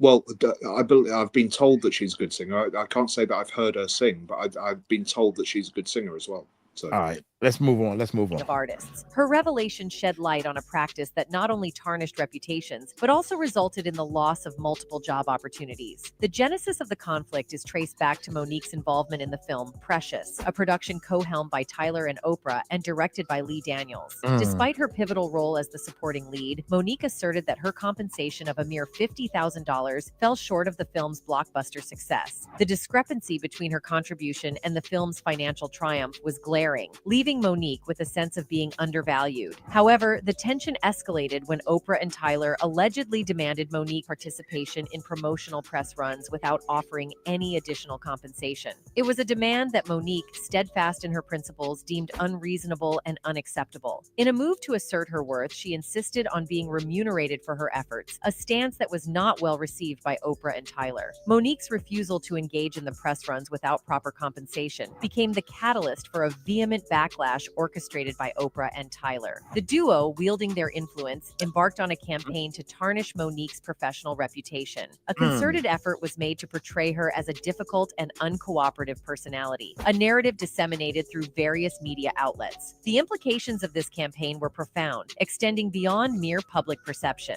Directors and producers, influenced by the negative portrayal, began shying away from collaborating with Monique, fearing potential challenges and conflicts on set. This strategic character assassination, orchestrated by Oprah and Tyler, created a professional roadblock for Monique, limiting her access to opportunities within the industry. But that's when the reports came that now Monique is being demanding and she's being difficult. They had a request, we simply had a request, and they said they couldn't do it, and we said we understood. But things only got worse from here. After some time, Monique received a call from her friend Oprah. The television host disclosed that she was set to interview Monique's brother in an upcoming episode. Knowing that this family member had been abusive to Monique in the past, Oprah informed her that if she didn't want her to, she would cancel the interview. With the Why are you interviewing him in the first place? Understanding that it was an interview with just the brother, Monique gave her blessing for the filming to proceed. However, what she saw in the coming weeks was was unexpected. Commercials began airing that featured not only her abusive brother, but also her parents. With a tumultuous past and personal things in her adult life that Monique worked hard to sort out and overcome, adding additional baggage to what she was already dealing with was overwhelming. Monique had agreed to the interview with her brother taking place, but the abusive history was even more intense with her mother. Had Monique known that her parents would be included in the broadcast, she would have requested that Oprah cancel the interview. However, she was not given that information. That made Monique angry because she felt Oprah had gone behind her back and booked her mother too, knowing that the two had not spoken to each other in quite some time. Because of their appearance on the Oprah show, Monique blames Oprah, at least in part, for causing even more damage to her relationship with her family. After the show aired, Oprah called Monique to talk about it. While she told Oprah that she never would have approved of her mother being on the show, she did admit that she had a lot more to say about how that episode and the way it was handled. That's another person, man. When I first met Ellen, Oprah called Monique to talk about it. While she told Oprah that she never would have approved of her mother being on the show, she did admit when I first met Ellen or heard of Ellen and started watching her show, I was like, poor thing. I hope her show. I didn't like her, period. But that's wrong for me because I'm a Christian. I try to see good in people. So her dressing tomboyish, looking like a boy, looked like she lost. And I'm like, Mike, why are you talking about that unattractive white girl? Why are you doing this? So my thing was, let me give her the benefit of the doubt and see where she's going. I'm like, okay, I can see how people getting into this, but she's a snake in the grass. I can tell a snake when I first see it. And I cannot believe that she done left the country. Yeah, and sometimes, Mike, as well, you've got to watch things more than once to be able to grasp. Right. All you got to do is put a format together. She come out and dance. She do a little dance. I'm like, okay, she got a nice show. Somebody put this together a show. Her DJ has been offed. Yeah, it's been unalive. Yeah. The hell, what is that about? Yep. And it's too many deaths around these people. People don't die like that all of accidentally, man. Kim Porter, Jay-Z's mistress, allegedly. These people don't pass away like that on normal basis, man. Everybody know that something happened to somebody. My bad. I'm actually twisting it right in front of y'all face. More damage to her relationship with her family. After the show aired, Oprah called Monique to talk about it. While she told Oprah that she never would have approved of her mother being on the show, she did admit that she had a lot more to say about how that episode and the way it was handled made her feel. In another conversation, Monique claimed that Oprah told her she didn't know the parents were going to accompany her brother on the show and that she'd look into it and call her back. She never called her back. Fast forward to Lupita Nyong'o's Oscar party, which happened to be the next time Monique was face-to-face with Oprah. When it was Monique's turn to speak, as each of them gave Lupita advice during the party, she instead turned to Oprah and let loose. In front of everyone in the room, Monique told that's Oprah, not the right way. "Sister, you and I have to have a conversation." That's not That's the right when way. Monique unloaded, telling Oprah that she felt betrayed by her friend and that she was angry that Oprah would have her mother on the show without her approval. Oprah apologized, telling Monique, "If you think I did something to offend you, I want to apologize." In any case, Monique is not the only person who feels this way. During his rise to stardom, 50 Cent wanted to solidify himself as a success by making an appearance on Oprah. Not only would this mean a lot for an ex-dealer from Jamaica, Queens, but it would have also proved to his grandmother, who was a huge Oprah fan, that he's doing something productive with his life. But when the idea was pitched to Oprah, she made it clear that she wasn't interested in what 50 Cent had to offer. "She was completely against everything that was in my music," 50 said. "So she ain't never going to have me on that show. I'm never going to reach that platform, which is confirmation of you being a huge success. So I just said, okay, if we can't be friends, then at least let's be enemies." After realizing Oprah wouldn't invite him, 50 Cent went full 50 on the talk show host. The rapper That's the answer right there, y'all. I'm trying to let y'all know, Stephanie, Murph. Yep. We are gonna make some enemies. But right now, it's not the time, man. Y'all talking about that. I call them no nuts. That's a good name for them. Donut, no nuts, and all that. No nuts. Yeah. We are too small to make enemies. Storm last night. We are too small to make enemies. I'll let you know when we can bust their asses. We're gonna bust some asses. But when we bust asses, we splitting them wide open. Oh, mate, yeah, I'm already well on my way to doing that. Right now, you just going back and forth spitting. When we go knocking on a mother door, they say, "Look here, man. This.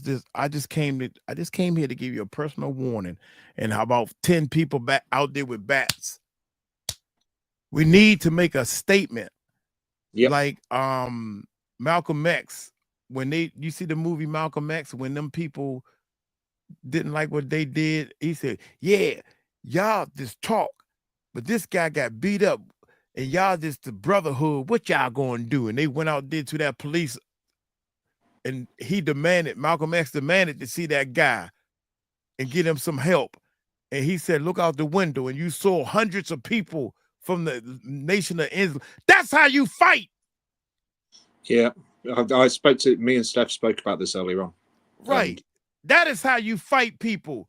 When they say, "I have no way of winning." Rated her. And that's what 50 Cent did. Said, "Okay, if we can't be friends, then at least let's be enemies." After realizing Oprah wouldn't invite him, 50 Cent went full 50 on the talk show host. The rapper berated her fan base and even named one of his dogs. Now, around the same time, Oprah was also called out by Ludacris, who accused her of throwing him under the bus when he appeared on her show to promote his new movie Crash, alongside his other cast members. During this interview, Oprah barely asked him any questions about the movie, and she kept pressing him about using the N-word in his music. Basically, she said something about not agreeing with my music, but she thought I did great in the movie. And of course, I was up there with the whole cast of Crash. And so I didn't necessarily feel like that needed to be said. You know, you didn't agree with my music. And even if you don't agree. As if that wasn't enough, Oprah then proceeded to edit out Ludacris's response. Because she is, "I don't agree with your music." Why? Okay, that's what Luda is saying.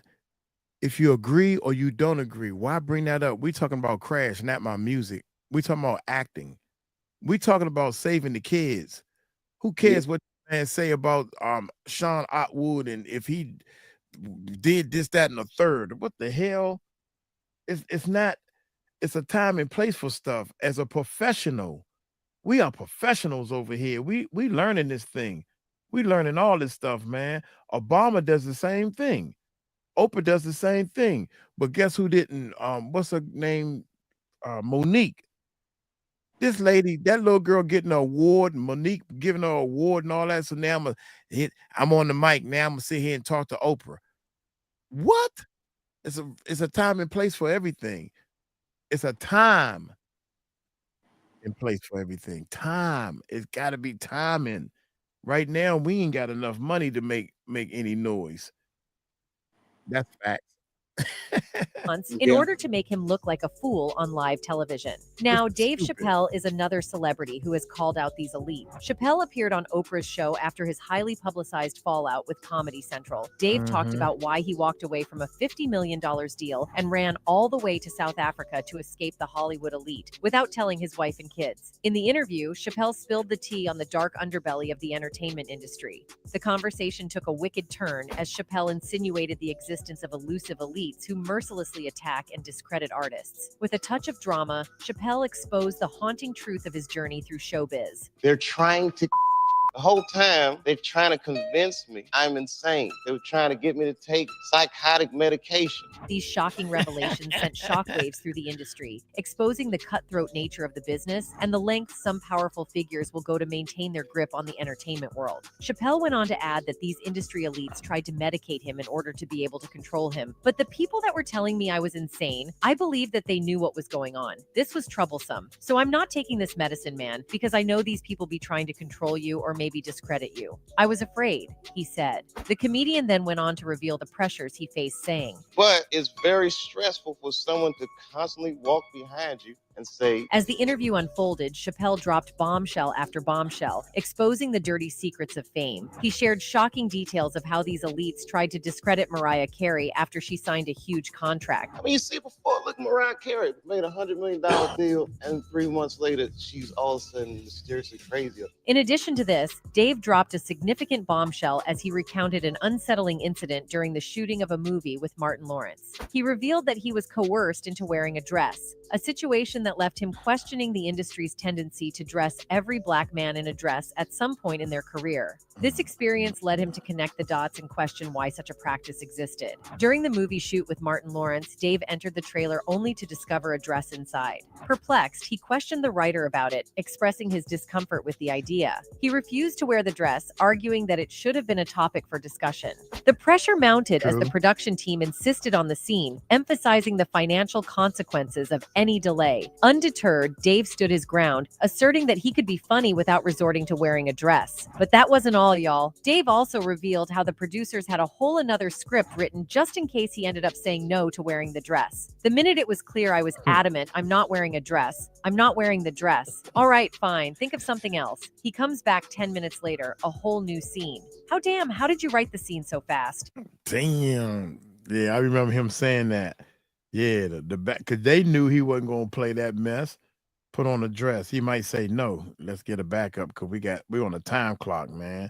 Time is money. Money is time in this business. You know, it's like, so you got to take a stand. Kevin Hart was later asked about his thoughts on Dave's comments about black men being forced to wear dresses. And this is what he had to say. Definitely have run into to put on the dress. I mean, you know, you have to have boundaries. You have to have limits that you refuse to cross. You know, for me, I know what they are. They've yet to be challenged. So, you know, I don't have to speak on them. I was asked to dribble a basketball on a talk show this morning. I said, no, that was a dress. But I was like, no, I'm going to look stupid. At the end of the day, you got to know that you're a brand. You need to protect your brand at all times. When things happen that can possibly affect your brand can be diminished. And you don't want that to happen. So, you know, protecting my brand is definitely a priority. But just a few months later, Kevin went against his own words when he appeared in a skit on SNL wearing a dress with a whole lace front wig on his head. Kevin received a lot of... And what makes it so bad is it was the stupidest.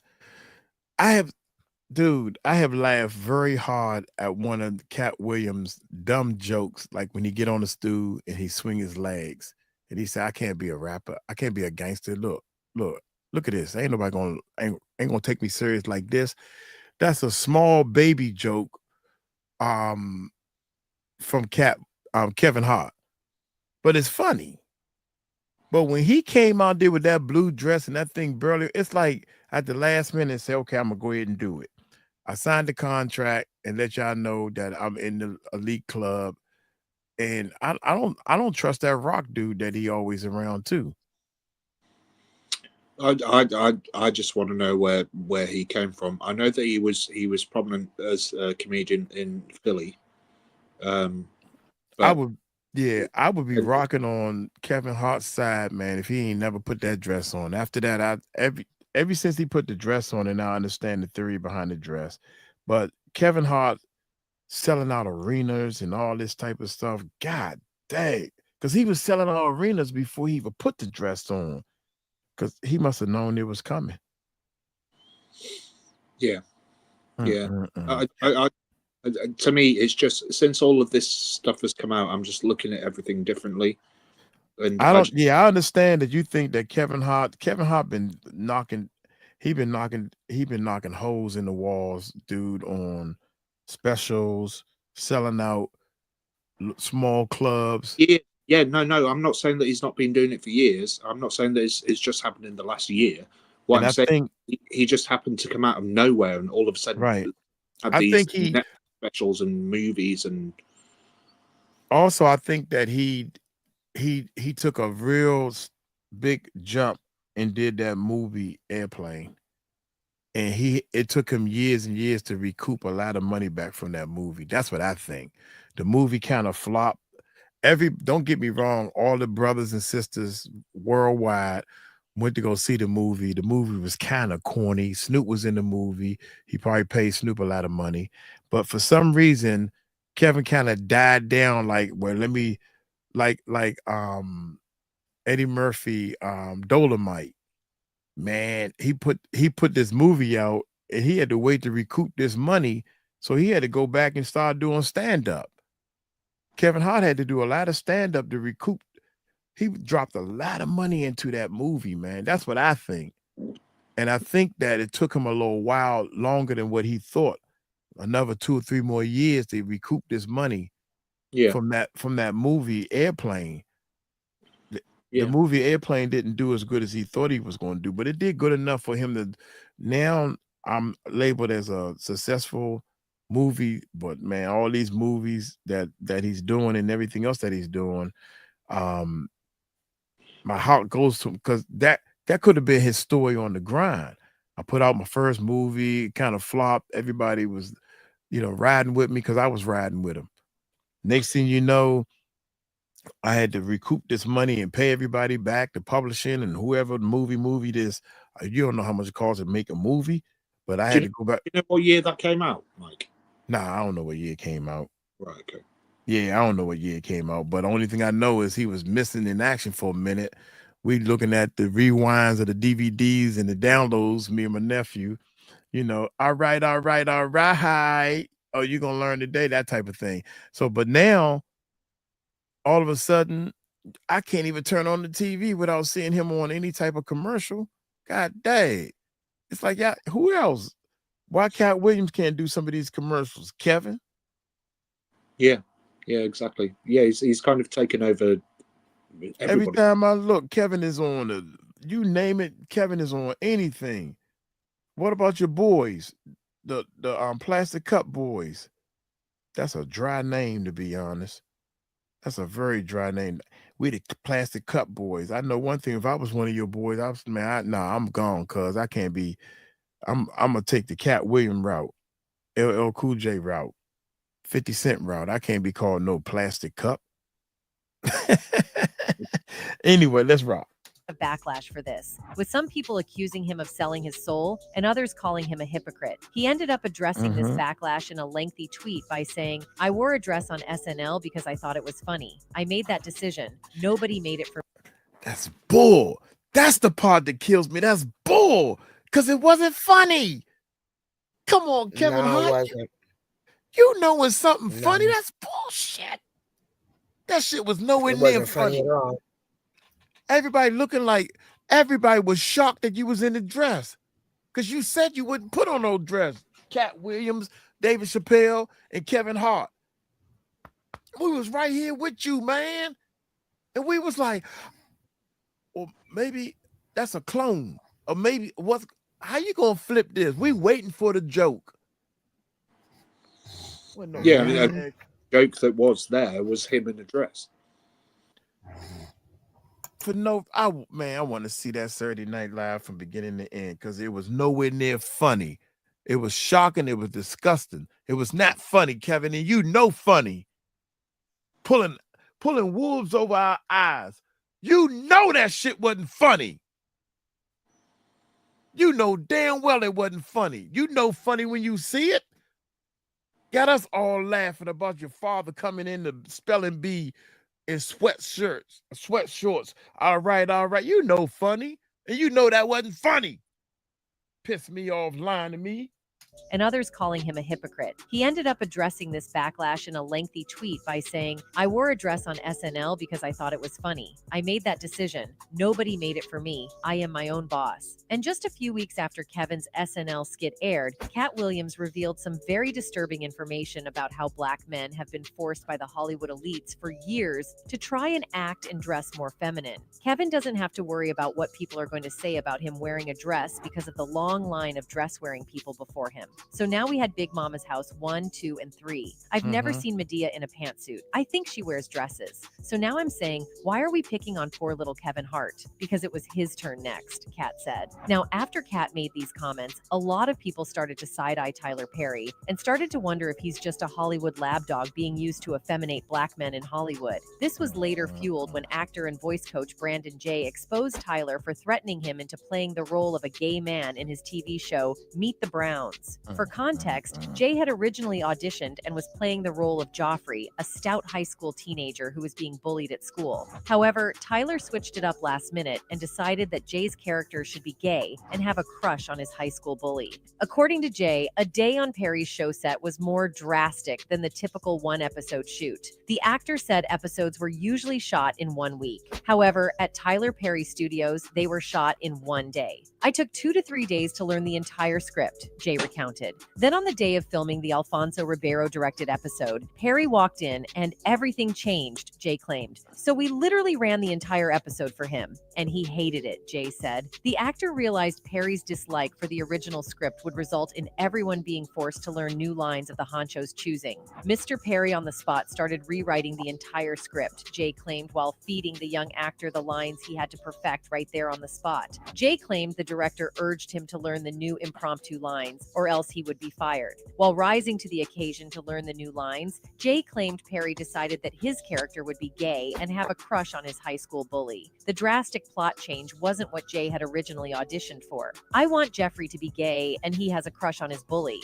Jay claimed Perry said. Jay added to the story to reveal his initial response to being told his character would now have to be gay. Jay said he reached out to his agent, who told him that he did not have to take the role if he didn't feel comfortable playing a new role he never signed on for. But after some long thought, Jay said it was an opportunity he didn't want to pass on. He decided to play the role despite Perry's last-minute decision to turn the character gay. Now, if you think that's the end of it, then you are in for a rude shock. On the 16th of December, All the Queen's Men star Christian Keys broke his silence about years of alleged SA from a powerful billionaire in Hollywood he says tried to climb in bed with him and offered $100,000 to strip. If you thought that Diddy was crazy, you don't even know. The actor spoke his difficult truth during an hour-long Instagram live, where he revealed that he's resigned to taking the scenic route in his career after turning down alleged offers to take his clothes off for money or return to a private residence after auditioning for a role. I didn't sell my soul or my A for success, he confessed. Keys hopes people will believe him when he names the shady and predatory beloved public figure. He claims to have recordings of the misconduct dating back nearly 20 years. At some point soon, it's going to have to come out. 20 years?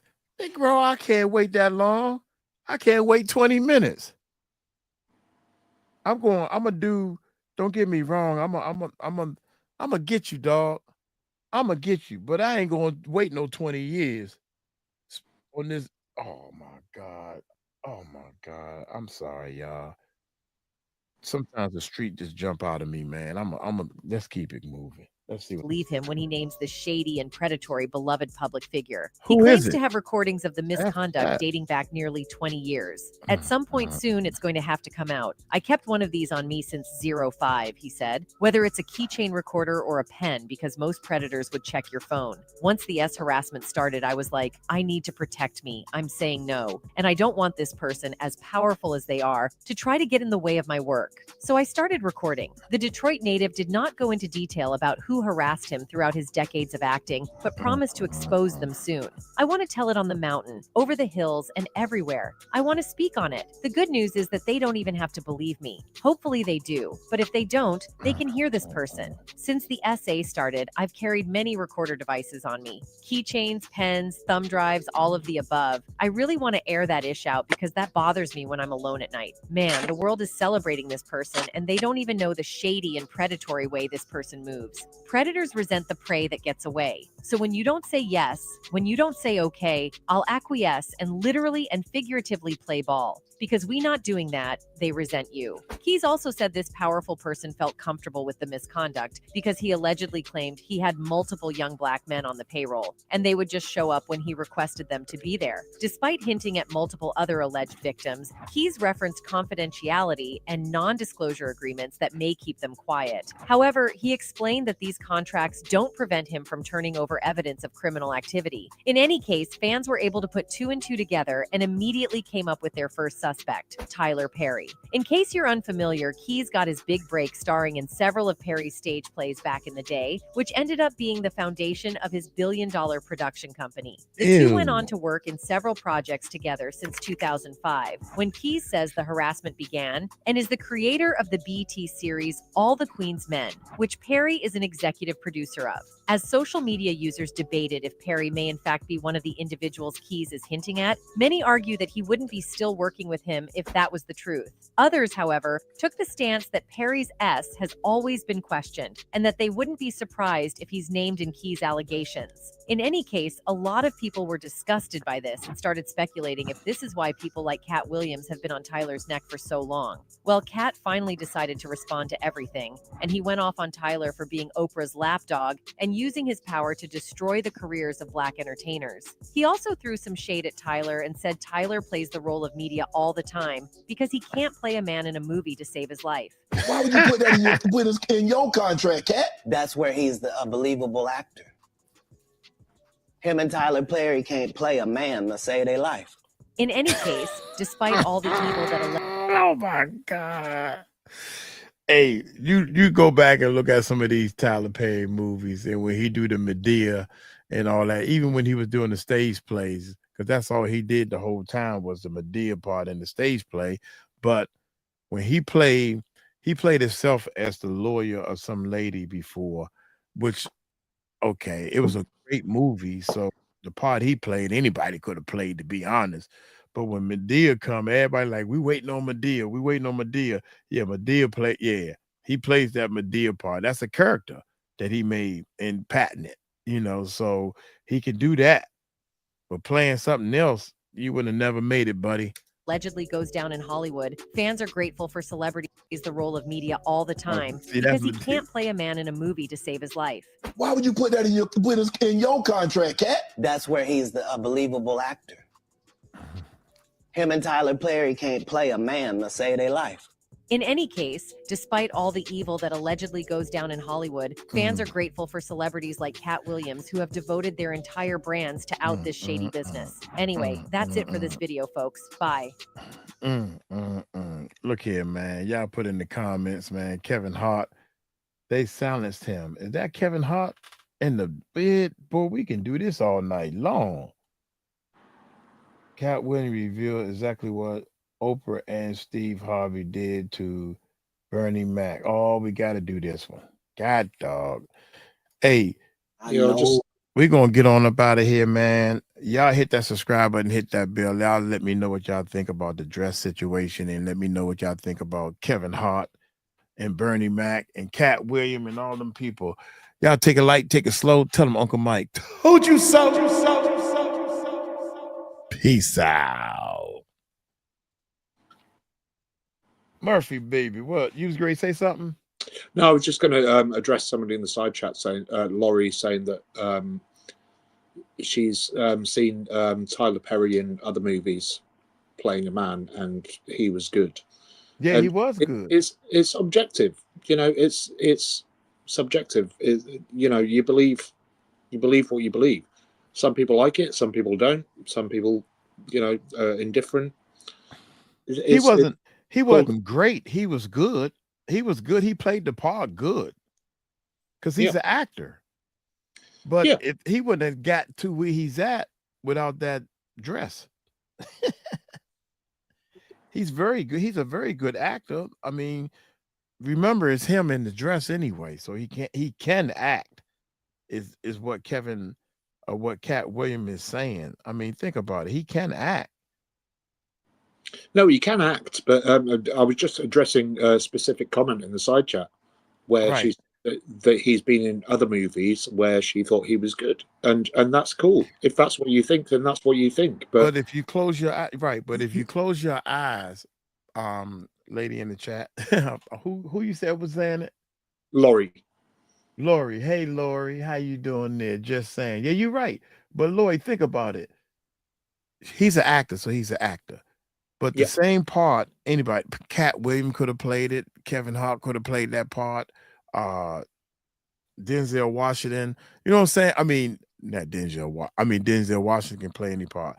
But my point is, if whatever the part was, if you didn't know who the heck he was, period, he would have did a good job playing the part, but it wasn't a major part. The major part of all his movies is the lady in the dress.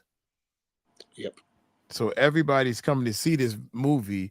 even though he trying to do Eddie Murphy and play a lot of parts, it's because of the lady in the dress. That's why he there. Yeah. Yeah, no, there's definitely something going on there. And when you the thing that gets me, Mike, right, is that the connection with all of these people that are being named at the moment for said things. Right.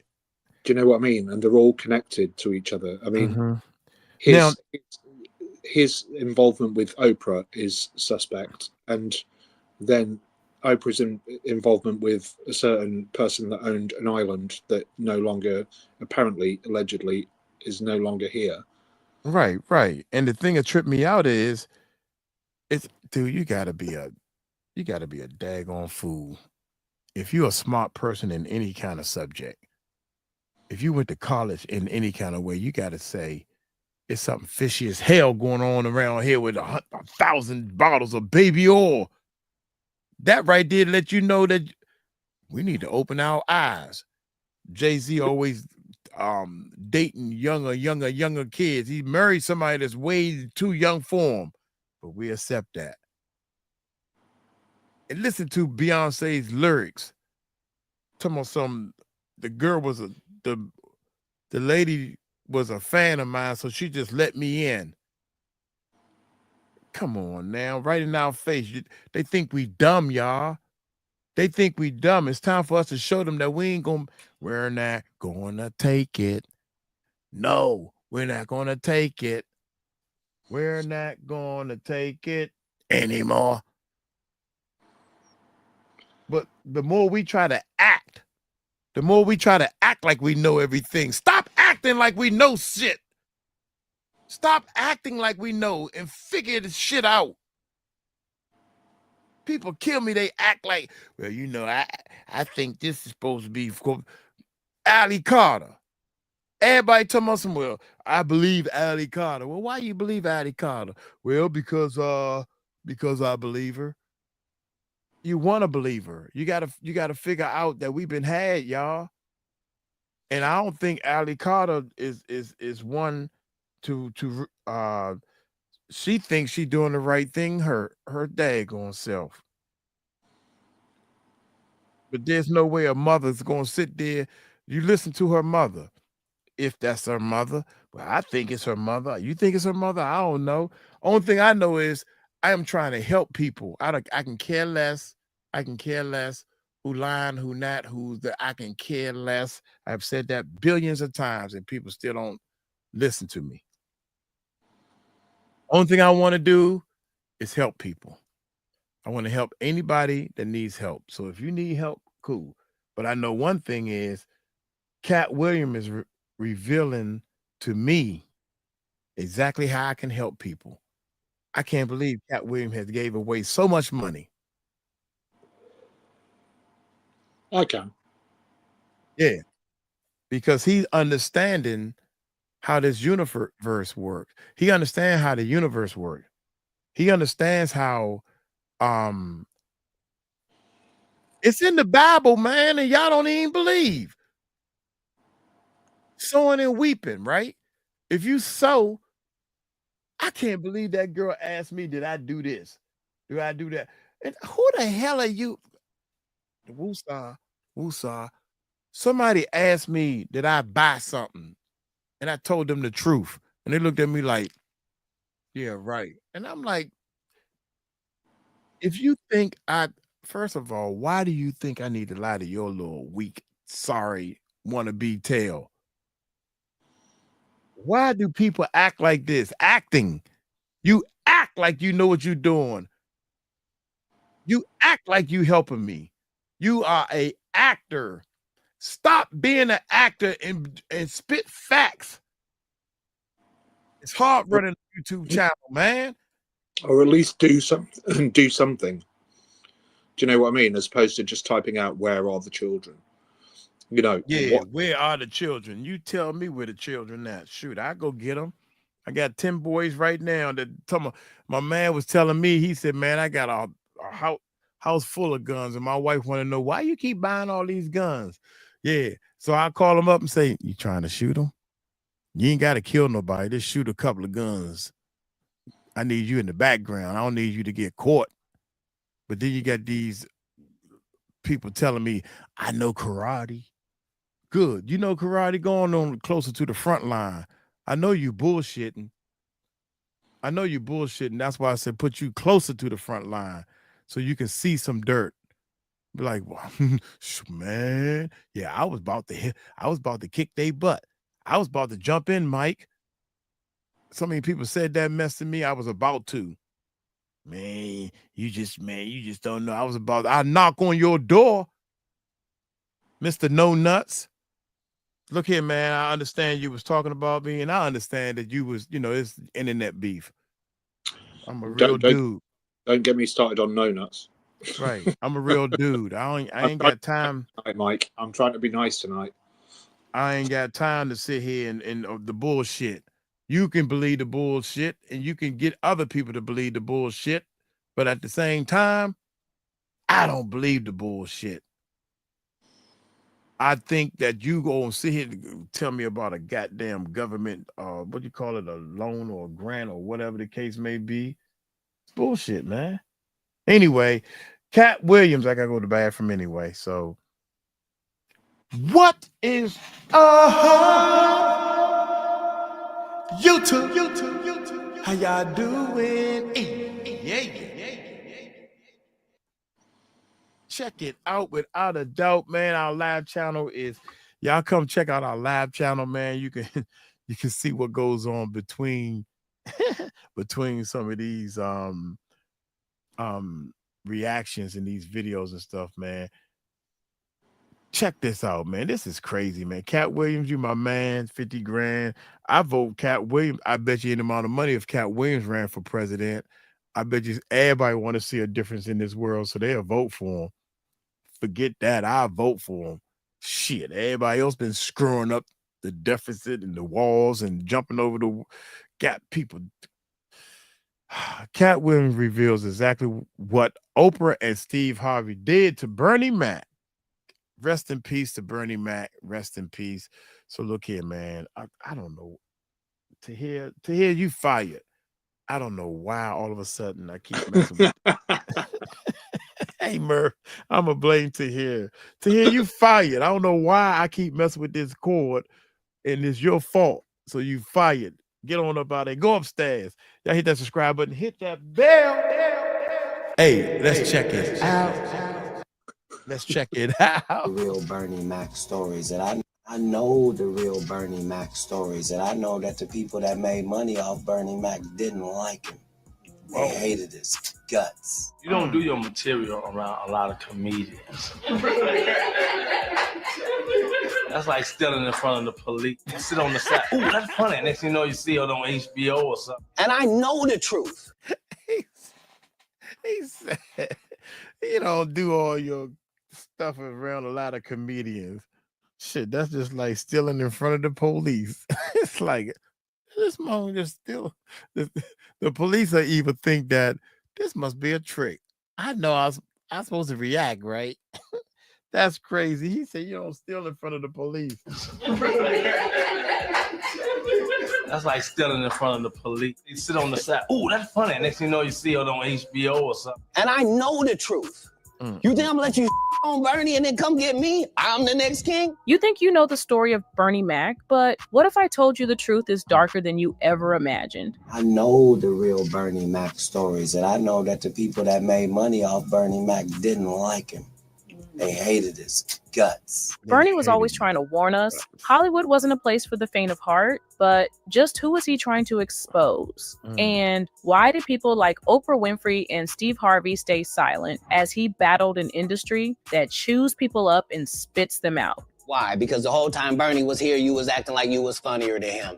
The reason you was supposed to go last is because it was your tour. Tell the truth. It was Steve's tour. Did Bernie Mac expose too much? Was he silenced for warning others about Hollywood's dirty secrets? You don't do your material around a lot of comedians. That's like stealing in front of the police. He talking about Steve Harvey. It's facts that he talking about Steve Harvey, because it's facts that Steve Harvey stole people jokes, facts, that he stole people jokes, and he taught his boy Cedric the Entertainer how to steal jokes too. This how you do it, cuz you find a up and coming comedian, and because you got more recognition than they do. This is all allegedly. This is just my opinion, and it's facts. I know it's facts. I'm gonna take this joke because I'm bigger than you, because I roll with Steve Harvey and you're a little punk. You ain't gonna get that big. You're gonna burn out anyway, because I'm gonna take your joke and I'm gonna do it on a bigger scale, and everybody gonna think it's my joke. But you fail to realize that Katt Williams went up there and started doing his own thing, and they see, he big time. So now he telling everybody where you got the daggone spaceship joke from. Shame on you. Where you at now? That's what I would love to know. Where is the Cedric the Entertainer? Because he wasn't entertaining. He wasn't entertaining at all. I don't know where he at. For warning others about Hollywood's dirty secrets. You don't do your material around a lot of comedians. That's like stealing in front of the police. They sit on the side. Ooh, that's funny. Next thing you know, you see it on HBO or something. Let's take a deep dive into how Katt Williams' confessions are pulling back the curtain on Bernie's life and final days, exposing who was really in his corner and who was pulling the strings. This goes deeper than you might think. Was his fate sealed because he dared to reject their twisted games? And just how deep does the Hollywood underbelly go? Bernie Mac was never shy about telling it like it is. Long before he was Hollywood's go-to comedian, he was warning young actors and comedians about the dangers of fame. And he wasn't afraid to call out the twisted pressures put on entertainers. From refusing to participate in the notorious Hollywood kids on laps antics to calling out Hollywood's obsession with control, Bernie's words seemed to ruffle more than a few feathers. Did you wait? No. It would be her. He warned of a system designed to exploit talent, break down spirits, and leave people desperate for approval. But while he was vocal, his warnings only intensified during his last years as he started to clash with major Hollywood icons. It's now surfacing that Oprah and Steve Harvey may have had a vested interest in silencing Bernie's voice. Why? Because the whole time Bernie was here, you was acting like you was funnier than him. The reason you was supposed to go last is because it was your tour. Tell the truth. Tell it the truth. Steve's tour. Now, it's no truth. secret that Oprah and Steve Harvey run in the same circles as some of Hollywood's biggest players, including controversial figures like Diddy, who has long been rumored to throw secretive, exclusive parties attended by only Hollywood elites. And Katt Williams has made it clear, Bernie was not a fan of these gatherings. Instead, he spoke out against the manipulative tactics and bizarre rituals that often left stars questioning their own values. Bernie Mac had a vision he thought would lift up his fellow comedians, but his truth-telling began to alienate him in an industry full of secrets. One of his early warnings, the culture in Hollywood. In an infamous interview, Bernie hinted at how comedians would be expected to compromise their values to reach stardom, and he wasn't shy about making his disdain clear. But what came next would take a darker turn. Katt Williams, in various interviews, has pointed out that Bernie's honesty about these disturbing industry practices put him on a dangerous path. Katt, who considered Bernie both a friend and mentor, explains that the Hollywood machine doesn't take kindly to those who expose its methods. And his fears weren't unfounded. Katt himself has publicly fought similar battles. But the twist? Bernie refused to back down, even as he became a target. From overworking him while he was visibly sick to ignoring his basic health needs, Hollywood pushed Bernie to the limit. There were stories of him forced to continue filming and performing, even when it was clear he was unwell. Stories his daughter has corroborated. This wasn't just fame, it was exploitation. And while Bernie's fans rallied behind him, many of Hollywood's powerful figures, including Oprah and Steve Harvey, stayed silent. Bernie Mac faced numerous challenges in his life, and early on, he had to endure some particularly difficult moments. One of the most heartbreaking events in his life was the loss of his mother, brother, and father. His mother's battle with cancer played a significant role in shaping his life. During an interview with Howard Stern, Bernie revealed the emotional impact of his mother's illness. He recounted a moment when he came home excited after hitting a home run in a baseball game. However, when he entered his home and saw his mother, who wasn't fully covered, he noticed that she had a large scar on her chest. This was a moment of shock and realization for Bernie as he saw that something was seriously wrong. His mother had a mastectomy, and Bernie was frozen with fear. I was frozen, because I just kept looking.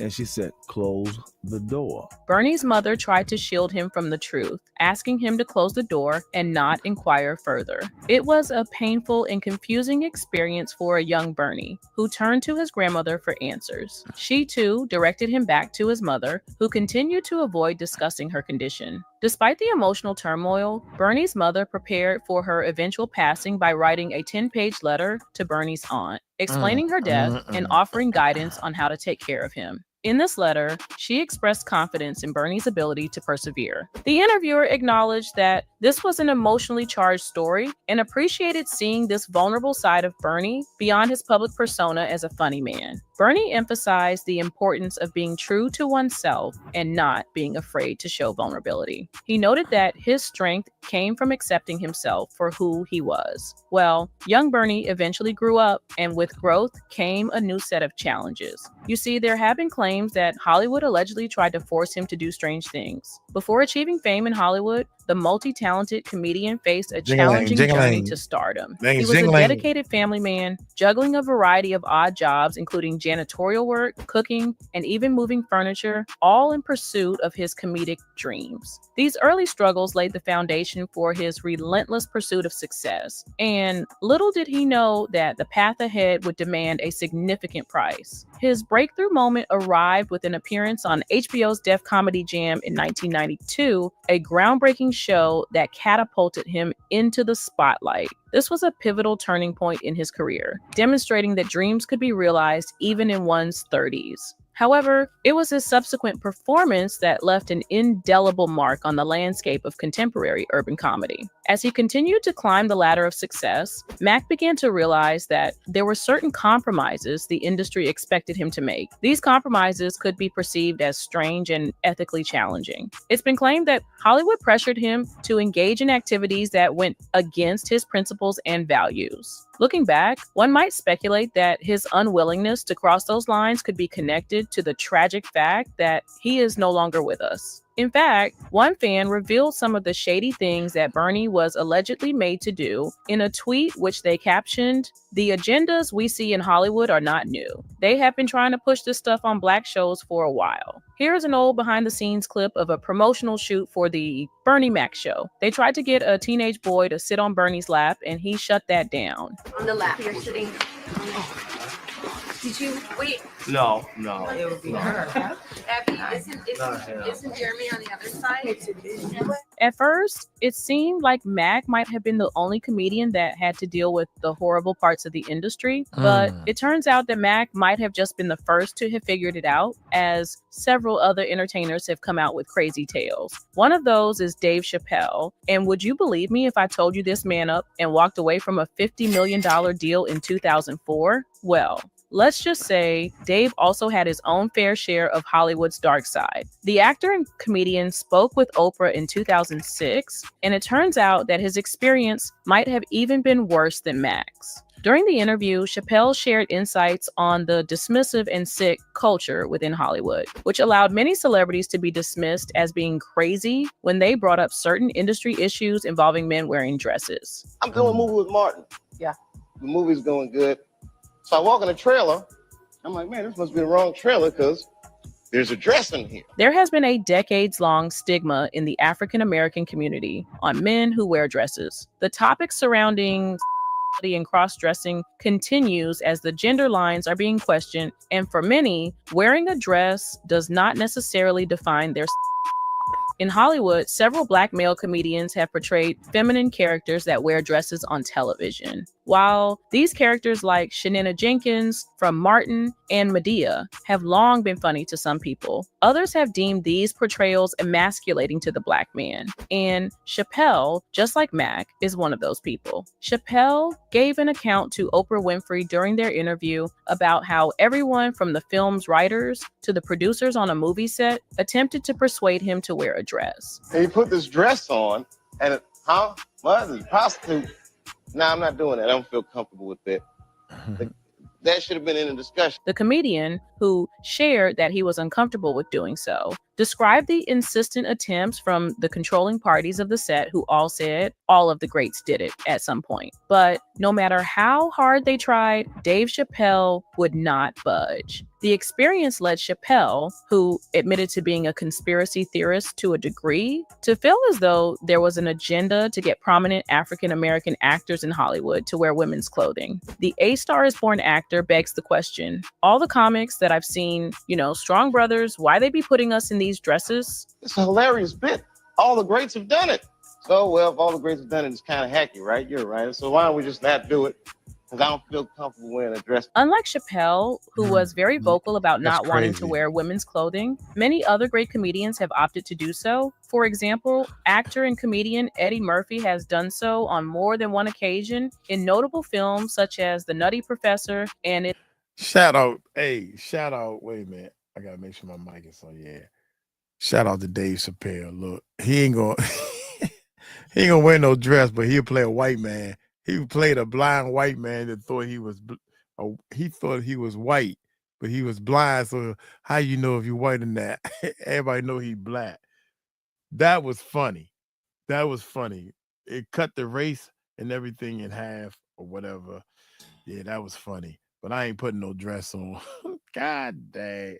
I'm gonna do it my way, baby. Shout out to Dave Chappelle. He was past funny. Its sequel, Nutty Professor 2, The Klumps, and Norbit. In any case, Hollywood allegedly did way more to Bernie than just force him to do things he wasn't comfortable doing. According to Reginald Ballard, Bernie was also being overworked by Hollywood. Well, you had said that you felt like they worked him to death because he was doing Ocean's 11 at the time. I believe so, man. Reginald Ballard, who shared the screen with Bernie Mac in the star-studded ensemble of Ocean's 11, spoke candidly about the toll that Hollywood's relentless demands took on the beloved comedian. Ballard recounted that during the production of Ocean's 11, Bernie Mac confided in his fellow cast members about the exhaustive schedule he was enduring. He told us that he was doing so much, Ballard revealed. When Brad Pitt broke his ankle and production had to be delayed, it cut into Bernie's time for other projects like Guess Who. He had to rush and try to do a lot of stuff, and he felt that they didn't understand that it wasn't his fault. They put him in a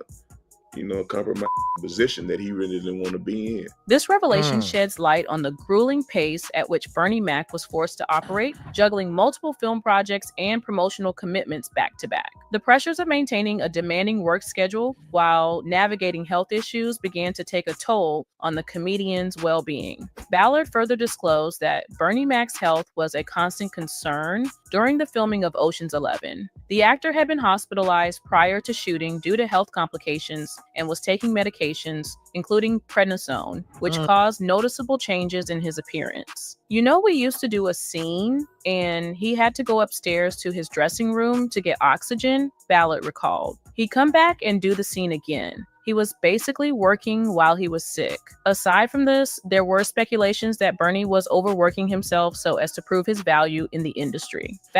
Well, I disagree with that because you start overworking yourself when you see a vision in how much capital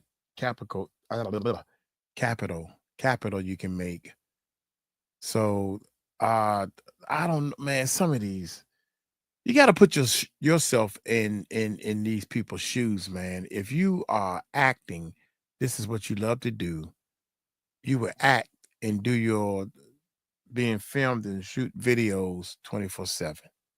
You would do it because this is what you want to do. I'm sick. When they say cut, I go lay down because no matter what, you sick, you sick. You got a cold, you got a cold. But what, you can watch TV and laugh and sneeze, He get up and go to the bathroom. You know what I'm saying? So if you sick, what you supposed to do? To sit there and wait to die? What are you supposed to do? I'm gonna do what I gotta do. I'm sick enough I can get up and drive.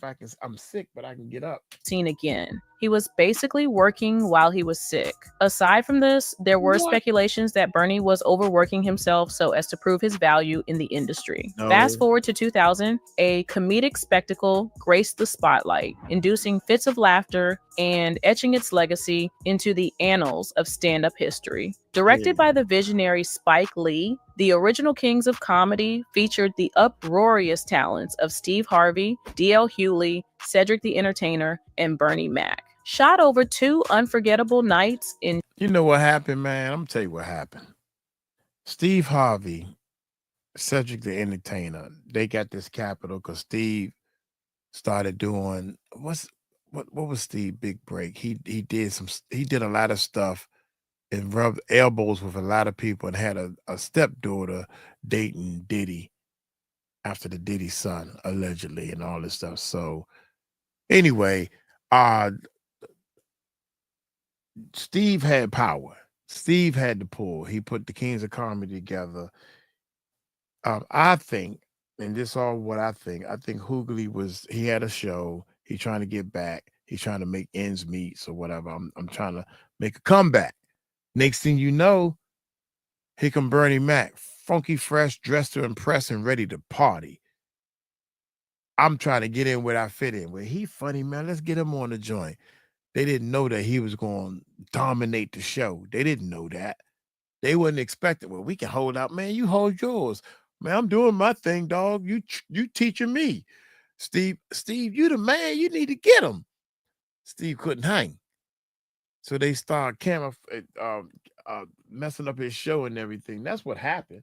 Comedy featured the uproarious talents of Steve Harvey, D.L. Hewley, Cedric the Entertainer, and Bernie Mac. Shot over 2 unforgettable nights in Charlotte, North Carolina, this comedic masterpiece not only delved into the intricacies of African American culture, race relations, religion, and family, but also left an enduring mark on the comedy landscape. The original Kings of Comedy was more than a film. It evolved into a cultural phenomenon that transcended racial boundaries, uniting audiences in laughter. The film's success paved the way for numerous spin-offs, attesting to the enduring influence of its 4 comedic maestros. However, beneath the surface of this showbiz success lurk some undisclosed dark secrets. For starters, hushed rumors, which have circulated for years, hint that Mac's career might not have reached its full potential due to alleged tensions amongst these comedians. Cedric, who was a part of the tour, along with D.L. Hewley, Steve Harvey, and Bernie Mac, confirmed that the 2 comedians did not see eye to eye. Yeah. I mean, they were the kind of guys that they both alpha males, like they just saw it different. You know what I'm saying? But at the end of the day, they was able to get through it, he said, while on Shannon Sharpe's podcast club, Shay Shay. Cedric added that because of the feud, it had prevented them from doing another tour. I think, of course, that was, definitely a contributing circumstance, but I also think that it had a lot to do. See, when this stuff is going down and when it's happening, everybody know now. Come on, man. Steve Harvey as a stand-up comedian or Cedric the Entertainer as a stand-up comedian. Facts. You put him up against anybody, this guy right here. And hey, man, you got to play your role. What place are you in with these guys? You in last place. In fact, you should thank God that you are in last place with these guys. At least you did place. You placed. Cedric the Entertainer, I swear to goodness, young, you was never, ever, ever funny. Y'all tell me something he said that was funny that he wrote. My bad. He don't even write his own shit. Come on, cuz. I ain't playing no games over here. Facts. You got writers on your team. Steve Harvey done showed you how to do this, that, and the third. Even your movies. You done did something to get these movies. How the heck your side? I was wondering how you got these movies. How did you get a movie? he was supposed to be a secret agent or something in this movie, and this girl was saving him for everything. It was a great plot. It was funny, but you didn't do it. You didn't write it. Anybody could have played your part. Bernie Mac was funny. Good God. Kick it. Kick it, y'all. Kick it. My bad. I ain't even doing it right. Shout out to Bernie. Rest in peace. Do with the promoter. But at the end of the day, they was able to get through it, he said, while on Shannon Sharpe's podcast club, 𝗟𝗓𝗡𝗅. Cedric added that because of the feud, it had prevented them from doing another tour. I think, of course, that was, definitely a contributing circumstance, but I also think that it had a lot to do with the promoter on the thing because he got a bigger head than all of us. The dude that put us all together started to really think was about him. So it started to be that. So it was a lot of those kinds of elements. Is that one of the reasons why you didn't do? You did the first part, the second part. I think of course that was definitely a contributing. In 2003, Mac had an interview with GQ magazine where he accused Harvey of being jealous of him and trying to sabotage him for certain movie roles. Harvey acknowledged his feelings about the GQ article and admitted his anger about it. I was upset at first because it just wasn't true, said Harvey. Me and Bernie had a lot of good times together, and then this article in GQ came out and put all this vicious stuff in there. Harvey also acknowledged that he spoke with Mac about the interview. B said he never said it. I had to take him at his word for it. After Mac's passing, Harvey revealed that his widow, Rhonda McCullough, helped him get beyond the feud. Rhonda, of all people, knows the truth. It was a cleansing moment for me because I was able to let go of a lot of stuff. No one knows what was actually behind the beef. However, Harvey's admission of having a cleansing moment might imply that something was there indeed. Anyway, years after Bernie's passing, Katt Williams has become one of the few in Hollywood willing to continue his friend's legacy of speaking out. Katt Williams certainly shook the table with his appearance on Club 𝗟𝗓𝗡 on January 4th, but he saved most of his vitriol for Steve Harvey, the same Steve that went to go watch Mark Curry do his whole sitcom and then stole everything Mark Curry had, he said in the interview. Now Steve got a sitcom where he the principal and he wear a suit, and then he gets this high top fade, making all black men think he got the best lineup in the business. And I swear to God, I kept saying, look at this Bama's hair. I'm studying. I'm like, I can never get my hair to look like that because this dude got a tight head of hair. His hair is off the chain. Steve Harvey. And then everybody's, man, that's a do man. It's a wig. A man piece. That's what they call it. I don't know. Like, what? I don't even know what that is. Is that? Oh, so you saying that's not his hair?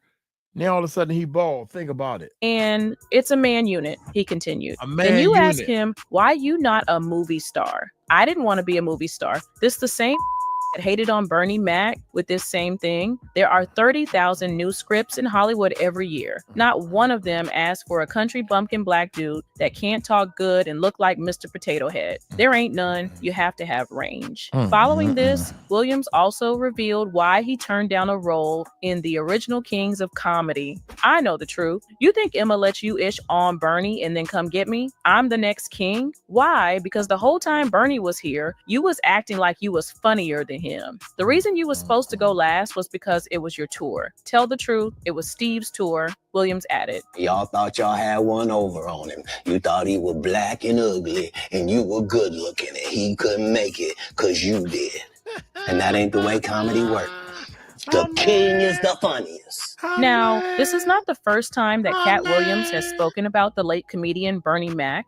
In a previous interview with Vlad TV, Katt Williams delved deep into the enigmatic life of Bernie Mac, alleging that the Hollywood moguls who reaped massive profits from his success actually harbored a seething hatred for him. I know that the people that made money off Bernie Mac didn't like him. They hated his guts. And that was our king. That was our real king. Despite the widespread perception of Mack as a comedic titan, his journey unfolded more like a twisted narrative than a fairy tale. Williams' eyebrow-raising assertions allude to a murky plot, casting Bernie Mac as a casualty in Hollywood's unrelenting pursuit of wealth, with alleged puppeteers profiting off his skills while treating him disdainfully. As Williams delved into the narrative's layers, he floated the notion that the rise and fall of Bernie Mac might have been choreographed by invisible orchestrators. The accusations are jolting. Purportedly, Mac's successes were not the result of authentic industry support, but rather a strategic maneuver to exploit his ability. Who this guy? Accusations are jolting. Purportedly, Mac's successes were not the result of authentic industry support, but who that? Look at it. All up in the Kool-Aid. Look at it. See? This is the type of stuff y'all miss. Who that right there? All up in the Kool-Aid, ready to get down. All up in the Kool-Aid, ready to get down. Bernie seen some stuff, man. Everybody know that. Steve Harvey seen some stuff. Everybody in this industry done clicked up with these people, man. It's Hollywood. It all depends on what you gonna say or what you gonna do. You gonna keep your mouth shut or you gonna tell somebody? By invisible orchestrators. The accusations are jolting. Purportedly, Mac's successes were not the result of authentic industry support, but rather a strategic maneuver to exploit his abilities for financial advantage. Katt Williams spared no words in articulating the covert manipulation that could have played a role in concluding Bernie Mac's story on a tragic note. Furthermore, he shed light on how Hollywood elites manipulate the storyline to suit their own agendas. How it ended up, because sometimes the victors rewrite history, but by the same token, God is there for us, and sometimes his best gift to us is getting us out. Another person who recently backed Katt Williams' claims is Bernie Mac's own daughter, Janice McCullough. McCullough focused on Williams' expression of praise for her father while calling out comedians, namely Steve Harvey, who allegedly tried to slight Mac before he passed away at the age of 50 in 2008. She said, I don't know Katt Williams. Never met him. That's one person I never did get to meet when my dad was alive. But from everything that I've ever heard my dad, say, he's always seemed like a stand-up dude. So I have no qualms, no quarrels with him. McCullough said she has the utmost appreciation and respect for the Pimp Chronicles jokester for his remarks. I felt like it was genuine. There are some people who have given my dad his flowers now that he's dead that I'm looking at like, now doggone well you wasn't doing that when he was alive. And that's not just famous people, just people all across the board.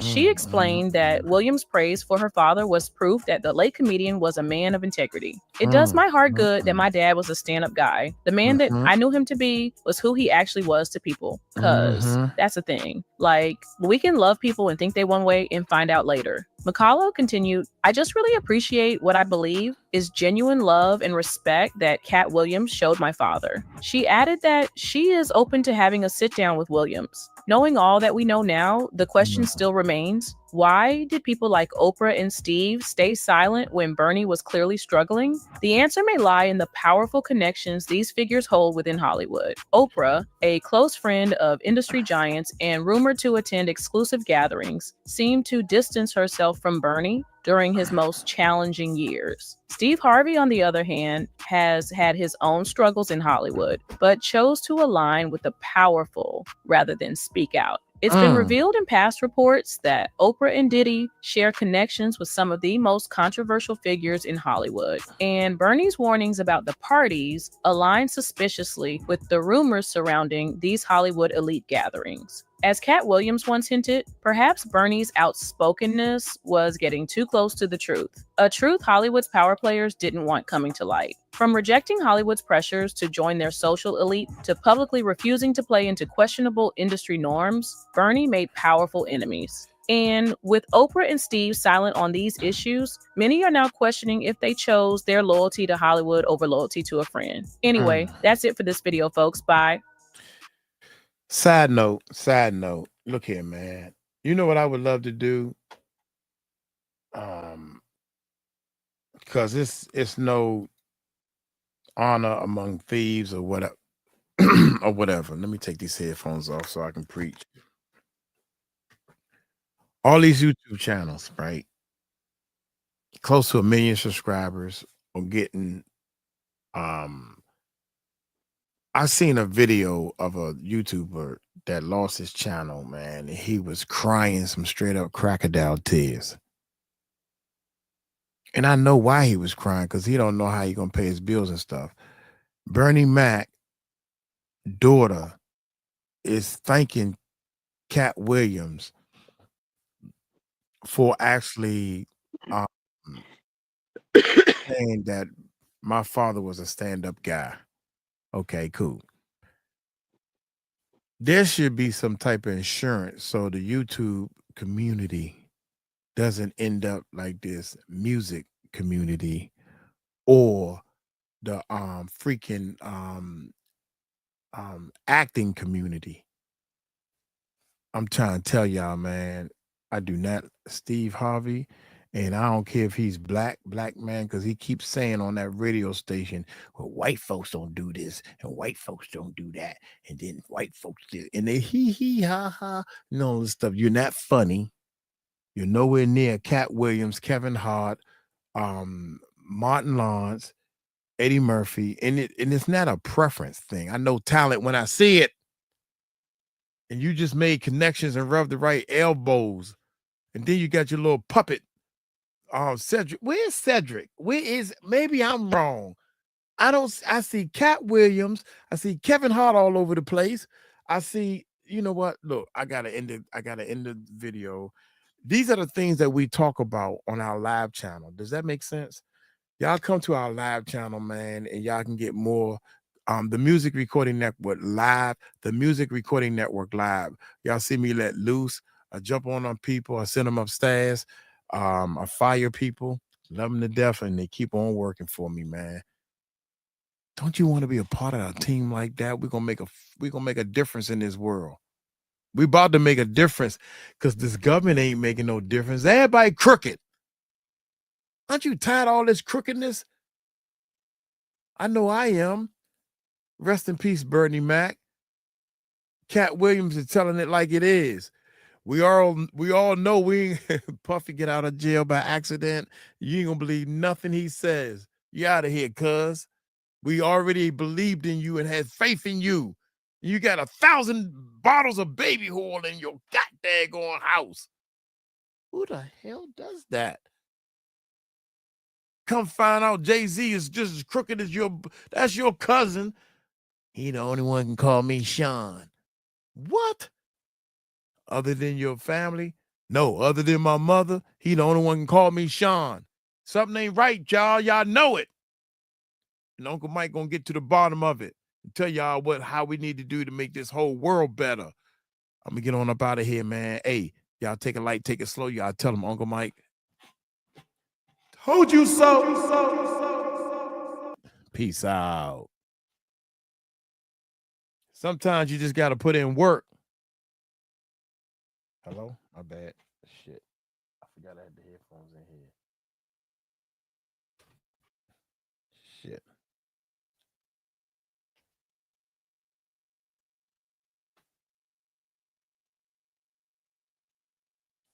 I'm on my phone now. I agree. Say everybody's scared to say something. No, I'm on my phone, and it's still acting ridiculous. So I've given up. It beat me today. So damn, that's joint went under 100. God dang. Maybe I'm not. What you think? Maybe I'm not the man. Shit. What happened? Maybe I'm not the man. We was over 100. We just got we 2 under 100. I guess they say, well, video gone, I'm gone. It's 111. It's 111 now. I've been here for a while. Huh? I said it's been here for a while. Thank you, Valerie, but I'm not staying on my phone because I can't do anything from my phone. So that doesn't really help me right now. So I'm a little irritated. You can't listen and do stuff through your phone, but do the changing through your computer. Why are you not using your computer? Because it's just like I said, every time I say something, the thing decides it wants to shut down. So I'm using the phone right now because just to get through this, and then I got to figure something out. It just irritated my life right now. So we got it. What's up, Murph? You kind of quiet, Murph. He ain't there. That's why he's so quiet. Yeah. All right, y'all. I'm gonna get on up out of here, man. We need some tomorrow's Saturday, right? Yeah, I scheduled a live for the 9:30 in the morning, so I'll try to do that. So you up at 8? I'll probably be up before then. Yeah, Why? my alarm clock go off at 5:30. So around 5:36. No, it's on a Saturday, don't go off that early. Yeah. If you going live at what time? 9:30 in the morning. Yeah, so 8:30, I'm gonna give you a call because we're gonna talk for about an hour. Good night, y'all. Good night, everybody. I gotta use the bathroom. Yeah, we need to do some talking. If we're going, I got a plan that we need to draw people. Yeah. When we on this thing, we need to do some work. Yeah. Look at the positive P. How you be so viciously, Valerie? I can get the people, baby. I can get the people, but I'm just giving everybody an opportunity to jump out there and think that they can do what the hell I do. I've been doing this for 5 years. I know what's good and what's bad, and I know what Bernie Mac. Bonnie, I knew you was coming back, Bonnie. I knew you was gonna come back with your crazy self. Thank you. I seen your Facebook too. Shane got that big bull. Miss Goffey, that's a scary picture you got there, girl. That Miss D. Look here, Miss D. Go upstairs, Miss D. Miss D, go upstairs every time I see Miss D. Love you so much. I see your texts. Sometimes I just can't. I can't. Hey, Sharon. Yeah. But anyway, I think we did good today for a Friday night. And yo, I'm letting y'all know, man, real talk, we can't do nothing without any capital. I'm just letting y'all know that. You can act like you can get a grant and all that bullshit. I'm sorry, y'all. But everybody heard a curse word before. If you can get a grant, go get it, damn it, and bring it here. I was talking to 3 of my buddies today. All been saying the word grant all day. Yeah, you're right. People can get grant. I'm just not one of those people that know how to get one. Yeah, me either. I had more success robbing a goddamn bank. Yeah. And then you got a nerve to have a getting mad at this dude. I'm not mad at you, cuz I'm just telling you how I'm gonna do it. I'm doing it without a grant. But nah, it's easy to get one. I give you the paperwork. I don't give a fuck what you about to give me. I ain't gonna take it. Right now, I finally did things 100% my way, and guess what? It's working. If you let go and let God telling you what to do. God is telling me all you gotta do is turn that camera on and I'll show you the way. That's why I'm on these live streams at 10 o'clock at night. Another 2.5 hours. Stephanie over here with me, yawning, trying to do the best she can do. Because she knows what's going on. Everybody else want to fake. Linda, Linda done text me, so bye, y'all. Thank y'all so much. All y'all. Thank y'all so much. Murph, you available to chat some tonight? Yeah, you chat with Murph, Miss D. Because I'm going straight to bed because tomorrow morning I got to talk to Stephanie for about 18 hours.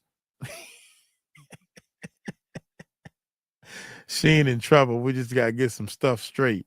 Like to hear say, oh boy, am I in trouble? Nah, we're business. We're business. I'm going to let Stephanie know that she done graduated, damn it. And let her know that she part of the Quad Squad. Ain't no quad without her. Shit. Ain't that right, Stephanie? She muted, y'all. Go upstairs, Stephanie. I'm damn muted. Absolutely. The Quad Squad that's where it's at. That's where it's at. Quad Squad without her. It's like that's true. Like Steve Harvey trying to get rid of Bernie Mac. People People saying they Death love rocks. Stephanie. Death rocks. People saying they love Stephanie, and I'm mad. I'm over here ready to cry. Y'all don't love me. God damn, this your channel. Yeah, it's my channel. Of course, we love you. We wouldn't even be here without you. Right, None of us. I'm the organizer. Stephanie Right. was kind of quiet tonight, but she got her reasons why she was crying. Bless her heart. Good night, Mike. Yeah, Yeah, Connie I'm fighting. J. Old school. Hey, Stephanie, you know what's funny? Murph, you know what's funny? You got people that tell me what to do and what not to do, my friends and family members, and they don't even come on the live stream. They don't even watch the goddamn videos. I asked, they sit there and talk to me and told me some stuff, right? I said, oh yeah, go to the channel. Oh yeah, man, I go, I'm always on YouTube. I looked at the damn thing, they ain't even subscribed. I said, bitch, excuse me. Bitch, fuck out of here. I told everybody, yeah. So yeah. Thank y'all so much. I got more support from all over the world from people I ain't never even laid eyes on that believe in me. And I ain't gonna let y'all down. I swear.